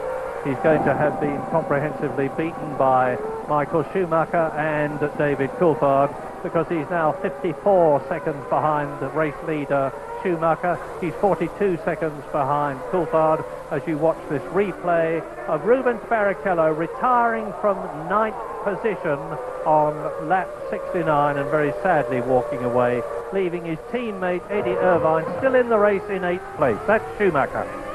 Yes, Jordan continued to have a lot of problems, or perhaps not a lot, but quite a few problems with the Peugeot engine, which is a bit surprising after this length of time. And indeed, Peugeot do have, although that didn't look like a spectacular flaming or certainly not smoking expiry, Peugeot do have a system on the car by which if anything goes awry, be it pressures or temperatures, the electronics shut down the engine to make sure that they prevent a really spectacular blow-up. And maybe that's what's happened there. I am beginning to wonder whether Michael Schumacher has set himself a target of lapping in this race his World Championship rival of Damon Hill, because he's catching Gerhard Berger. You can see the gap, or you will do when you see both the cars in the picture together. There's the Ferrari ahead of Michael Schumacher, and effectively that means Berger in 4th position is about 1 minute and 16 seconds behind Michael Schumacher in a lap that's taking about 1 minute 18 seconds. And Damon Hill is some 55 seconds now behind race leader Michael Schumacher. The race order on lap 71 out of 83. Race leader Michael Schumacher, there he is. He's now 12 seconds ahead of David Coulthard, who is 42 seconds ahead of Damon Hill, who is 21 seconds ahead of fourth place Gerhard Berger, who's soon to be lapped by Schumacher. Berger is 12 seconds ahead of Jean Alesi, who is in fifth place. Jean Alesi is 5 seconds ahead of sixth place Johnny Herbert. Frentzen is seventh, Irvine is eighth. Harnies has moved up into ninth position now that Barrichello has retired. Blundell and Magnussen are still just in the double figure places, 10th and 11th for the two McLaren Mercedes. And incidentally, this race is very little encouragement for them, because Mark Blundell's last lap was some 3 seconds slower than that of Michael Schumacher, and McLaren and Mercedes, a mighty combination on paper, have not proved to be that in 1995, and sadly do not show any signs at the present moment of getting better. No, indeed not. But what this has been is a race that's been relatively easy on cars, and particularly engines, because of the 24 starters, 18 are still running, and that's meant that the chances for the mid to back end cars to pick up a decent position really are pretty slim. And in fact, the Minardi team have done very well this weekend, with leading driver Lamy qualifying in 14th place, but Lamy is only able to run in 13th place, albeit 7 seconds behind Salo. Well, Michael Schumacher has got his next target. Oh, look at that lot in front of him. And that's Pedro Diniz, who is in front of him, Berger, and Berger waves his hand. Now, whether that was to say I'm going to move over or you are going to stay where you are, I know not. But Berger in front of the Benetton is in fourth place, virtually a full lap behind Michael Schumacher, who is leading this race on lap 72. Just 11 laps left now. Coming towards us there is Magnussen, followed by the Tyrrell, and Schumacher having a look as Diniz moves over and allows the Ferrari fourth place and the Benetton first place to go through. Now, bearing in mind that only once this year has Schumacher retired from a Grand Prix from a mechanical failure, and that was in Germany, the greatest threat to him winning this Grand Prix is going to come from coming unstuck because of some errant back marker hasn't looked in his mirrors as he comes through. Now, this is the greatest risk. You see how even there Schumacher is still fighting hard. The Benetton really being what we call quite a pointy car. That means the front is very carefully pinned down and then the back tends to slide. Berger lets Schumacher go by. That's the right thing to do because Berger clearly knows that Schumacher's faster, but that now leaves Schumacher with the role of then carving through those back markers. He's got Magnussen ahead of him in the McLaren. There's Blundell, there's Magnussen, there's Katayama, and certainly Schumacher will need to remember that Magnussen is new to Formula One. He already had a little bit of an incident with Magnussen, in fact, on the very first day of practice. And Katayama there is the driver who is more renowned in Formula One for spinning, crashing than anybody else. Indeed, he's actually gone off the road 7 times this year. He has the worst accident record, including the most spectacular, sadly, as we'll recall from Portugal, of any driver in Formula One. But Schumacher dispenses with Katayama and now closes up on Magnussen ahead. Now, I draw your attention to the fact that Jan Magnussen is not only just behind Mark Blundell, but on the same lap. They're in 10th and 11th places. And I don't know if Mark Blundell has got a problem or whether Jan Magnussen is just driving absolutely brilliantly. But whatever, the two McLarens are together. It's Blundell's 58th Grand Prix. It's Magnussen's first. There he is, just driving out of the picture. And here is Michael Schumacher. He's on lap 74 now. He's got less than 10 laps to go. Flavio Briatore, the boss of the Benetton team, looks pretty relaxed and happy, as well he might be, because his two cars are first and sixth, both in the points, and they're pulling away from Williams in the Constructors' Championship, with Michael Schumacher almost with his hand on his second World Championship in 2 years. We see from the graphic 8.4 seconds there. Coulthard now behind Schumacher. The gap was considerably larger than that, but let's not forget that Schumacher is the one that's been held up because of this traffic, and that in turn will afflict Coulthard in probably another 3 laps time, when the gap will then expand again. Yes, I think that'll give David a bit of some spirit. He's going to have to get past those back markers too, as you rightly say. but Schumacher's coming up behind the two McLarens, and Magnussen's going to want to be pushing Blundell as hard as he can for his own reputation, as Eddie Irvine looks as if he's dropping out of the Grand Prix, and Blundell's sure as hell not going to want to let him pass, so that could be difficult for Schumacher. Is this going to be? Yes, yet again, both Jordans are going to be out of the race. Barrichello has retired 7 times this year. Eddie Irvine has retired 7 times before this race. So it's going to be 8 times for both drivers. It looks to me as though he's got a right rear puncture. Yes, he has indeed got a right rear puncture, and he's going to be nursing that back in the pit. Martin, this was something which afflicted you back in Monza, if I recall correctly, and in that case you didn't manage to get back to the pit without too much damage being done. Yeah, but Eddie's tyres only flat at the bottom. Mine came off the rim altogether. Yours was flat at the top as well, Martin. So, lap 75, into the pits, no laughing matter for poor Eddie Irvine, who I remind you goes to Ferrari next year. Yes, Murray, you're obviously more technical than we thought, as Eddie Irvine comes in for a new right rear on that Jordan. That's going to put him back behind back behind Magnussen and Mark Blundell. You'll notice, incidentally, that he comes into the pits. He's got the high forward mid-wing, same sort of idea as McLaren pioneered, to a lot of derision from a lot of people on account of its ugly appearance. But Gary Anderson and the aerodynamicists in the Jordan team obviously think the idea is worthwhile. Eddie Jordan used it in this race. Rubens Barrichello did not. He had a different rear wing to try to give him the same effect. We're on lap 76 now with Michael Schumacher between the two McLarens, the two battling McLarens.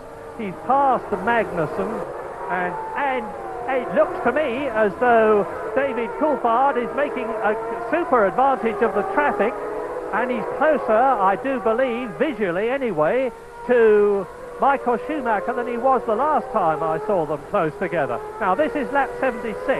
The gap at the end of the previous lap was 8.4 seconds. The time on the previous lap was much the same between the two of them.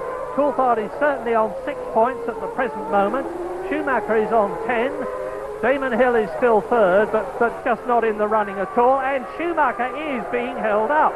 Now there's Blundell ahead of him. They pass Lamy and look back down the track as we do, and that is David Coulthard. The gap has been reduced from just over 8 seconds to just under 8 seconds. But that is, of course, because Michael Schumacher is in amongst traffic that David Coulthard is not, and that David Coulthard will himself be striking.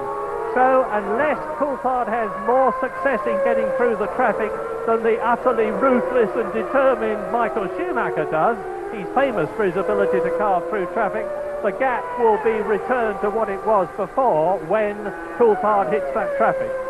And that won't be too long now. 6.9 seconds. This is lap 77.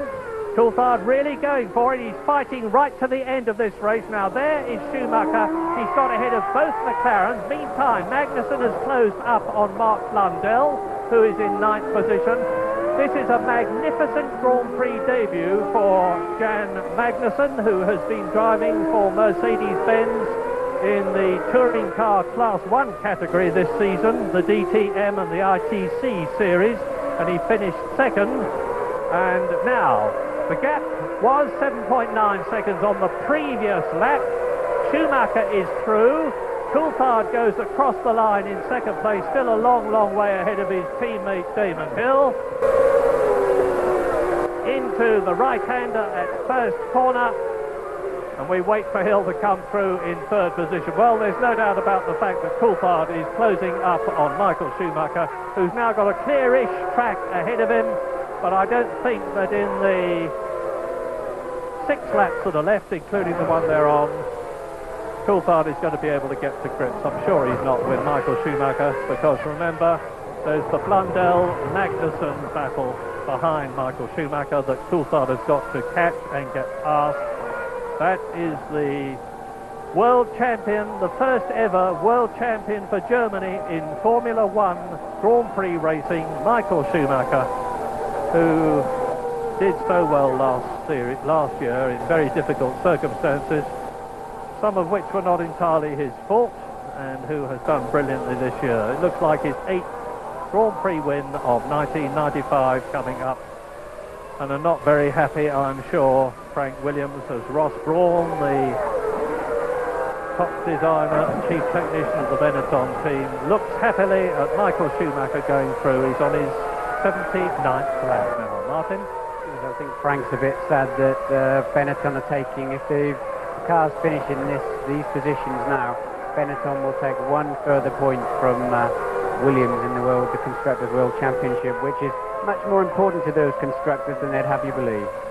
Yes, and the sad thing is that David Coulthard will be leaving the Williams team this year to go to McLaren, not of his own volition. For whatever reason, Williams decided that they would dispense with his services in favour of the brilliant young Jacques Villeneuve, the Canadian, who has yet to drive in a Grand Prix, and they did that as David Coulthard really got to the top of what we have seen is his brilliant form. And I know Coulthard doesn't want to leave, so it really is a great pity. Yes, it certainly seemed strangely coincidental that at the Hungarian Grand Prix, which was the race in which Damon Hill's position with the team was secured for 1996 for rumoured $7 million, that's around about £4 million. It was following that race that David Coulthard has really out-qualified Damon Hill every time, and indeed since then David Coulthard's also out-raced Damon too. But the fact remains that McLaren did have an option on David Coulthard's services anyway for 1996, therefore it wasn't really Williams simply pushing Coulthard out. Williams knew that McLaren had this option, and they did not wish to progress the situation and try and buy off this option until McLaren had either taken it up or not. And it did seem, one has to say, that at the time that Williams made the decision to take Damon Hill there, and we're looking at him, that really his performances were much better than those of David Coulthard, who in the first part of the season had been disappointing. Now, it looks in retrospect as if pure lack of experience, but also maybe this malingering tonsillitis that he had that was ultimately resolved with a tonsillectomy really may have been a factor there, because there's no doubt Coulthard really has driven superbly the last few Grand Prix. And we need not to be looking at this Benetton, but the other Benetton now. Understandably, the producer is watching Michael Schumacher on his 80th lap out of 83, but his teammate Johnny Herbert is on a superb charge in the second Benetton. He is now only 9/10 of a second behind John Alesi's Ferrari. The race order on lap 80 out of 83, lap 81 now out of 83. Schumacher that you're looking at leads Coulthard with the race in his pocket, barring a mechanical problem. He's 11 seconds ahead of the Williams Renault. Coulthard is 35 seconds ahead of Hill, who is third, who is 44 seconds ahead of Berger, who is fourth, who is 8 seconds ahead of Alesi, who is fifth, who is less than a second, 7/10 of a second, ahead of Johnny Herbert. So, if the producer can hear me, and he can't, it would be nice to be able to see the battle between John Alesi and Johnny Herbert. So Michael Schumacher now close to taking his 8th win and of course the World Championship, and it's been another superbly professional effort both from Schumacher and the Benetton team. Throughout practice he was not so concerned about qualifying, but he pounded around on old tyres, perfecting the setup of that Benetton car. At the start from third position he got bogged down a bit. Hill pushed him wide quite legitimately. Schumacher down in fourth place, but he fought back. The Benetton team made great use of the pit stops to leapfrog Schumacher ahead of both Hill and Alesi, who he was following in the early stages, and that was the turning point of the race. Schumacher went off then on his 3-stop strategy and has driven superbly. Behind in second place now, David Coulthard, 11 seconds behind Schumacher, did so much right. Pole position, got away off the lead as he's done every time too from pole position, and really did nothing wrong at all. And I think the biggest problem for David Coulthard has been the 2-stop strategy that the Williams employed, and he is now just 12 seconds behind, and we knew that from the theory 2 stops was 15 seconds slower than 3 stops, so just maybe that really has made the difference, whilst it has been no doubt a disappointing race for Damon Hill. He made a good start but lost out to Alesi. Alesi was 4th on the grid, Hill 2nd, and that was to prove crucial because Hill got held up behind Alesi for the whole of the first and the second stint, and Williams' pit work undoubtedly let Hill down, but then Hill did also make a minor error as it turned out. But nevertheless, I'm afraid the fact is that Michael Schumacher is very much the deserving world champion this year. He's on his 82nd lap out of 83, but just to bring you into the picture, Johnny Herbert is now right under the rear wing of Alesi's Ferrari, or was as they passed the commentary box, and now Michael Schumacher enters the 83rd and last lap of the Pacific Grand Prix at Aida. He won in his inimitable style from the lights to the checkered flag last year. It hasn't been as easy a victory this year, but in many ways it has been even more meritorious because he's had to fight his way through the field. He's proved yet again that the strategy, the strategic thinking of his team in alliance with himself, his driving ability and the Renault V10 engine is making him the class of the field. He's just a few hundred yards away now from clinching his second successive World Championship. He won in 1994. He's going to win again in 1995. Both the race and the championship. He's put Damon Hill away in the most convincing possible way, not by being content to drive round and get 3 points, but to fight for victory, as he supremely did in the Grand Prix of Europe last year. So Michael Schumacher enters the last corner of the last race, of the last lap, to win the Pacific Grand Prix in Japan and to become the world champion of 1995. The Benetton team, of course, are ecstatic. David Coulthard is going to take second place, a worthy second place. He's lost to, frankly, a better driver, a better combination of car and driver. He crosses the line in a worthy second place, and now we wait roughly half a minute for a sadly, thoroughly vanquished Damon Hill, who entered this race 27 points behind Michael Schumacher and has lost the championship to him here. I wonder if that's a very emotional Michael Schumacher inside that crash helmet. The fist hasn't come out of the cockpit at all, and that's very unusual for him. I remember Jean Alesi saying that he literally cried. That's Damon Hill crossing the line to finish third for 4 points when he really needed 10, and he waves a hand of, I suppose, resignation and regret to the crowd, and Michael Schumacher now does wave a hand of victory, and Flavio Briatore is interviewed. And the Pacific Grand Prix, the second race that's been held at this privately owned circuit in excellent weather, has been won by Michael Schumacher from David Coulthard. Benetton beats Williams. Damon Hill loses the World Championship but takes third position. The two Ferraris of Gerhard Berger and Alesi finish fourth and fifth. And Johnny Herbert in the second Benetton takes sixth place and increases his team's lead in the Constructors' Championship over Williams. And Benetton and Schumacher's performance really does give the lie to the notion that all you need to have in Formula One is the fastest car. And if you've got the fastest car, you're going to win Grand Prix and win the World Championship. The Benetton hasn't been the fastest car this year. I'm pretty sure of that. It's been the Williams car. And Schumacher has made the best possible use of it. He has been at least a second faster than his teammate Johnny Herbert most of the year. And that really is a remarkable advantage. But then the team, too, have made use of a car which they, by their own admission, know is not as good as it could have been.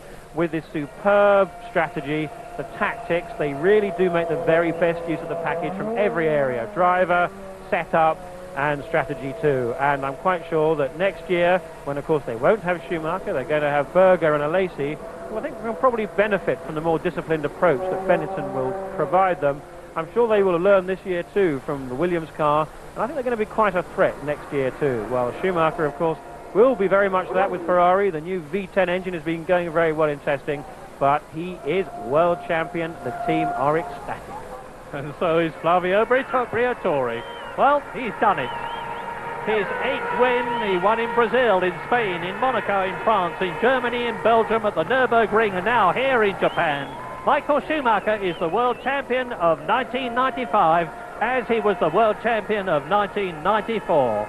And no further proof is needed that he is the best driver of his day, and that in combination with the Benetton car, the Renault engine, and a superb team and strategical thinking, he is a very, very difficult, in some ways near impossible man to beat.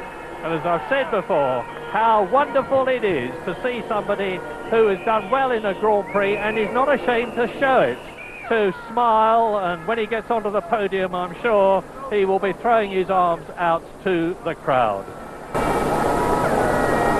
There we are, look at that. The pride of Germany, and rightly so. And that really does just illustrate the difference, as David Coulthard magnanimously congratulates Schumacher on his win here and the championship. Schumacher, to all intents and purposes, had won this championship after the last Grand Prix. But 3 points away is still 3 points away, and you haven't done it. Now he's done it, and the writing of exhilaration and euphoria is all over his face, and that's so wonderful too. Now, Damon Hill is just taking his helmet off. I'm sure he'll be through shortly to congratulate Michael Schumacher. Excellent sportsman that he is.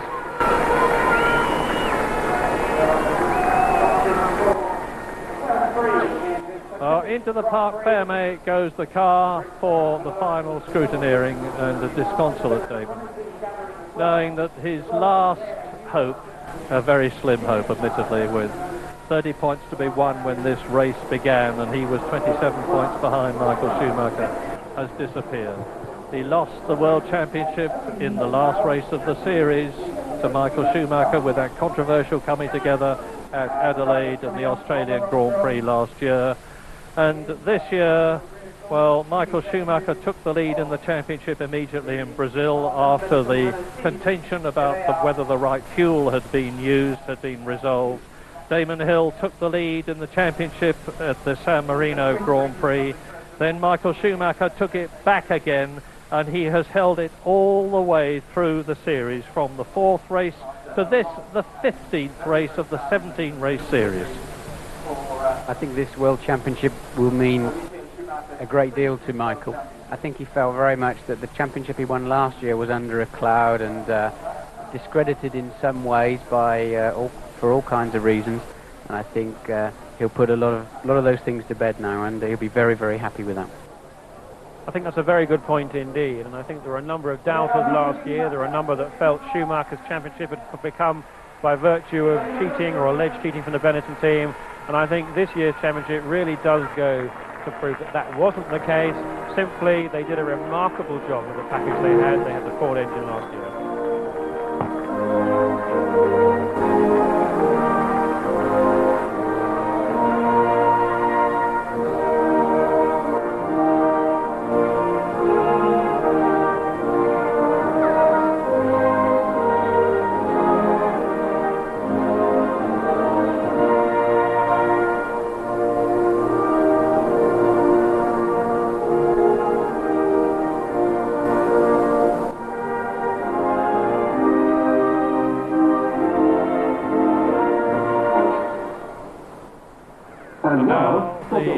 Anthem for the winning constructor, Benetton.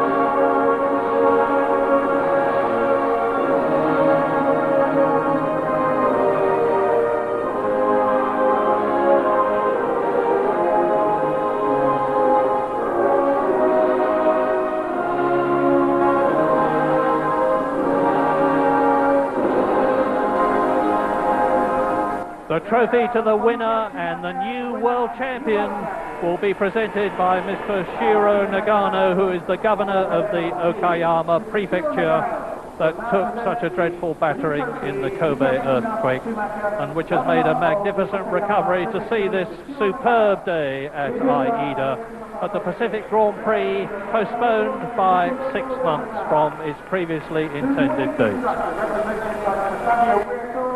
And the winning Constructors' Trophy is going to be presented by one of the leading actresses in Japan, Miss Yuko Asano, and Flavio Briatore gets it. The second place trophy goes to David Coulthard, of course, from Mr. Hajime Tanaka, who is the man who owns and built this circuit at a mere cost of some £61 million. And to Damon Hill, the trophy goes from Mr. Rainon Imajoro, who is the chief executive of the Japanese Automobile Federation. So 3 very happy men. Well, one particularly happy man, David Coulthard, obviously hoped and intended to win, but he's had the satisfaction of increasing the gap in the World Championship between him and the still second place Damon Hill.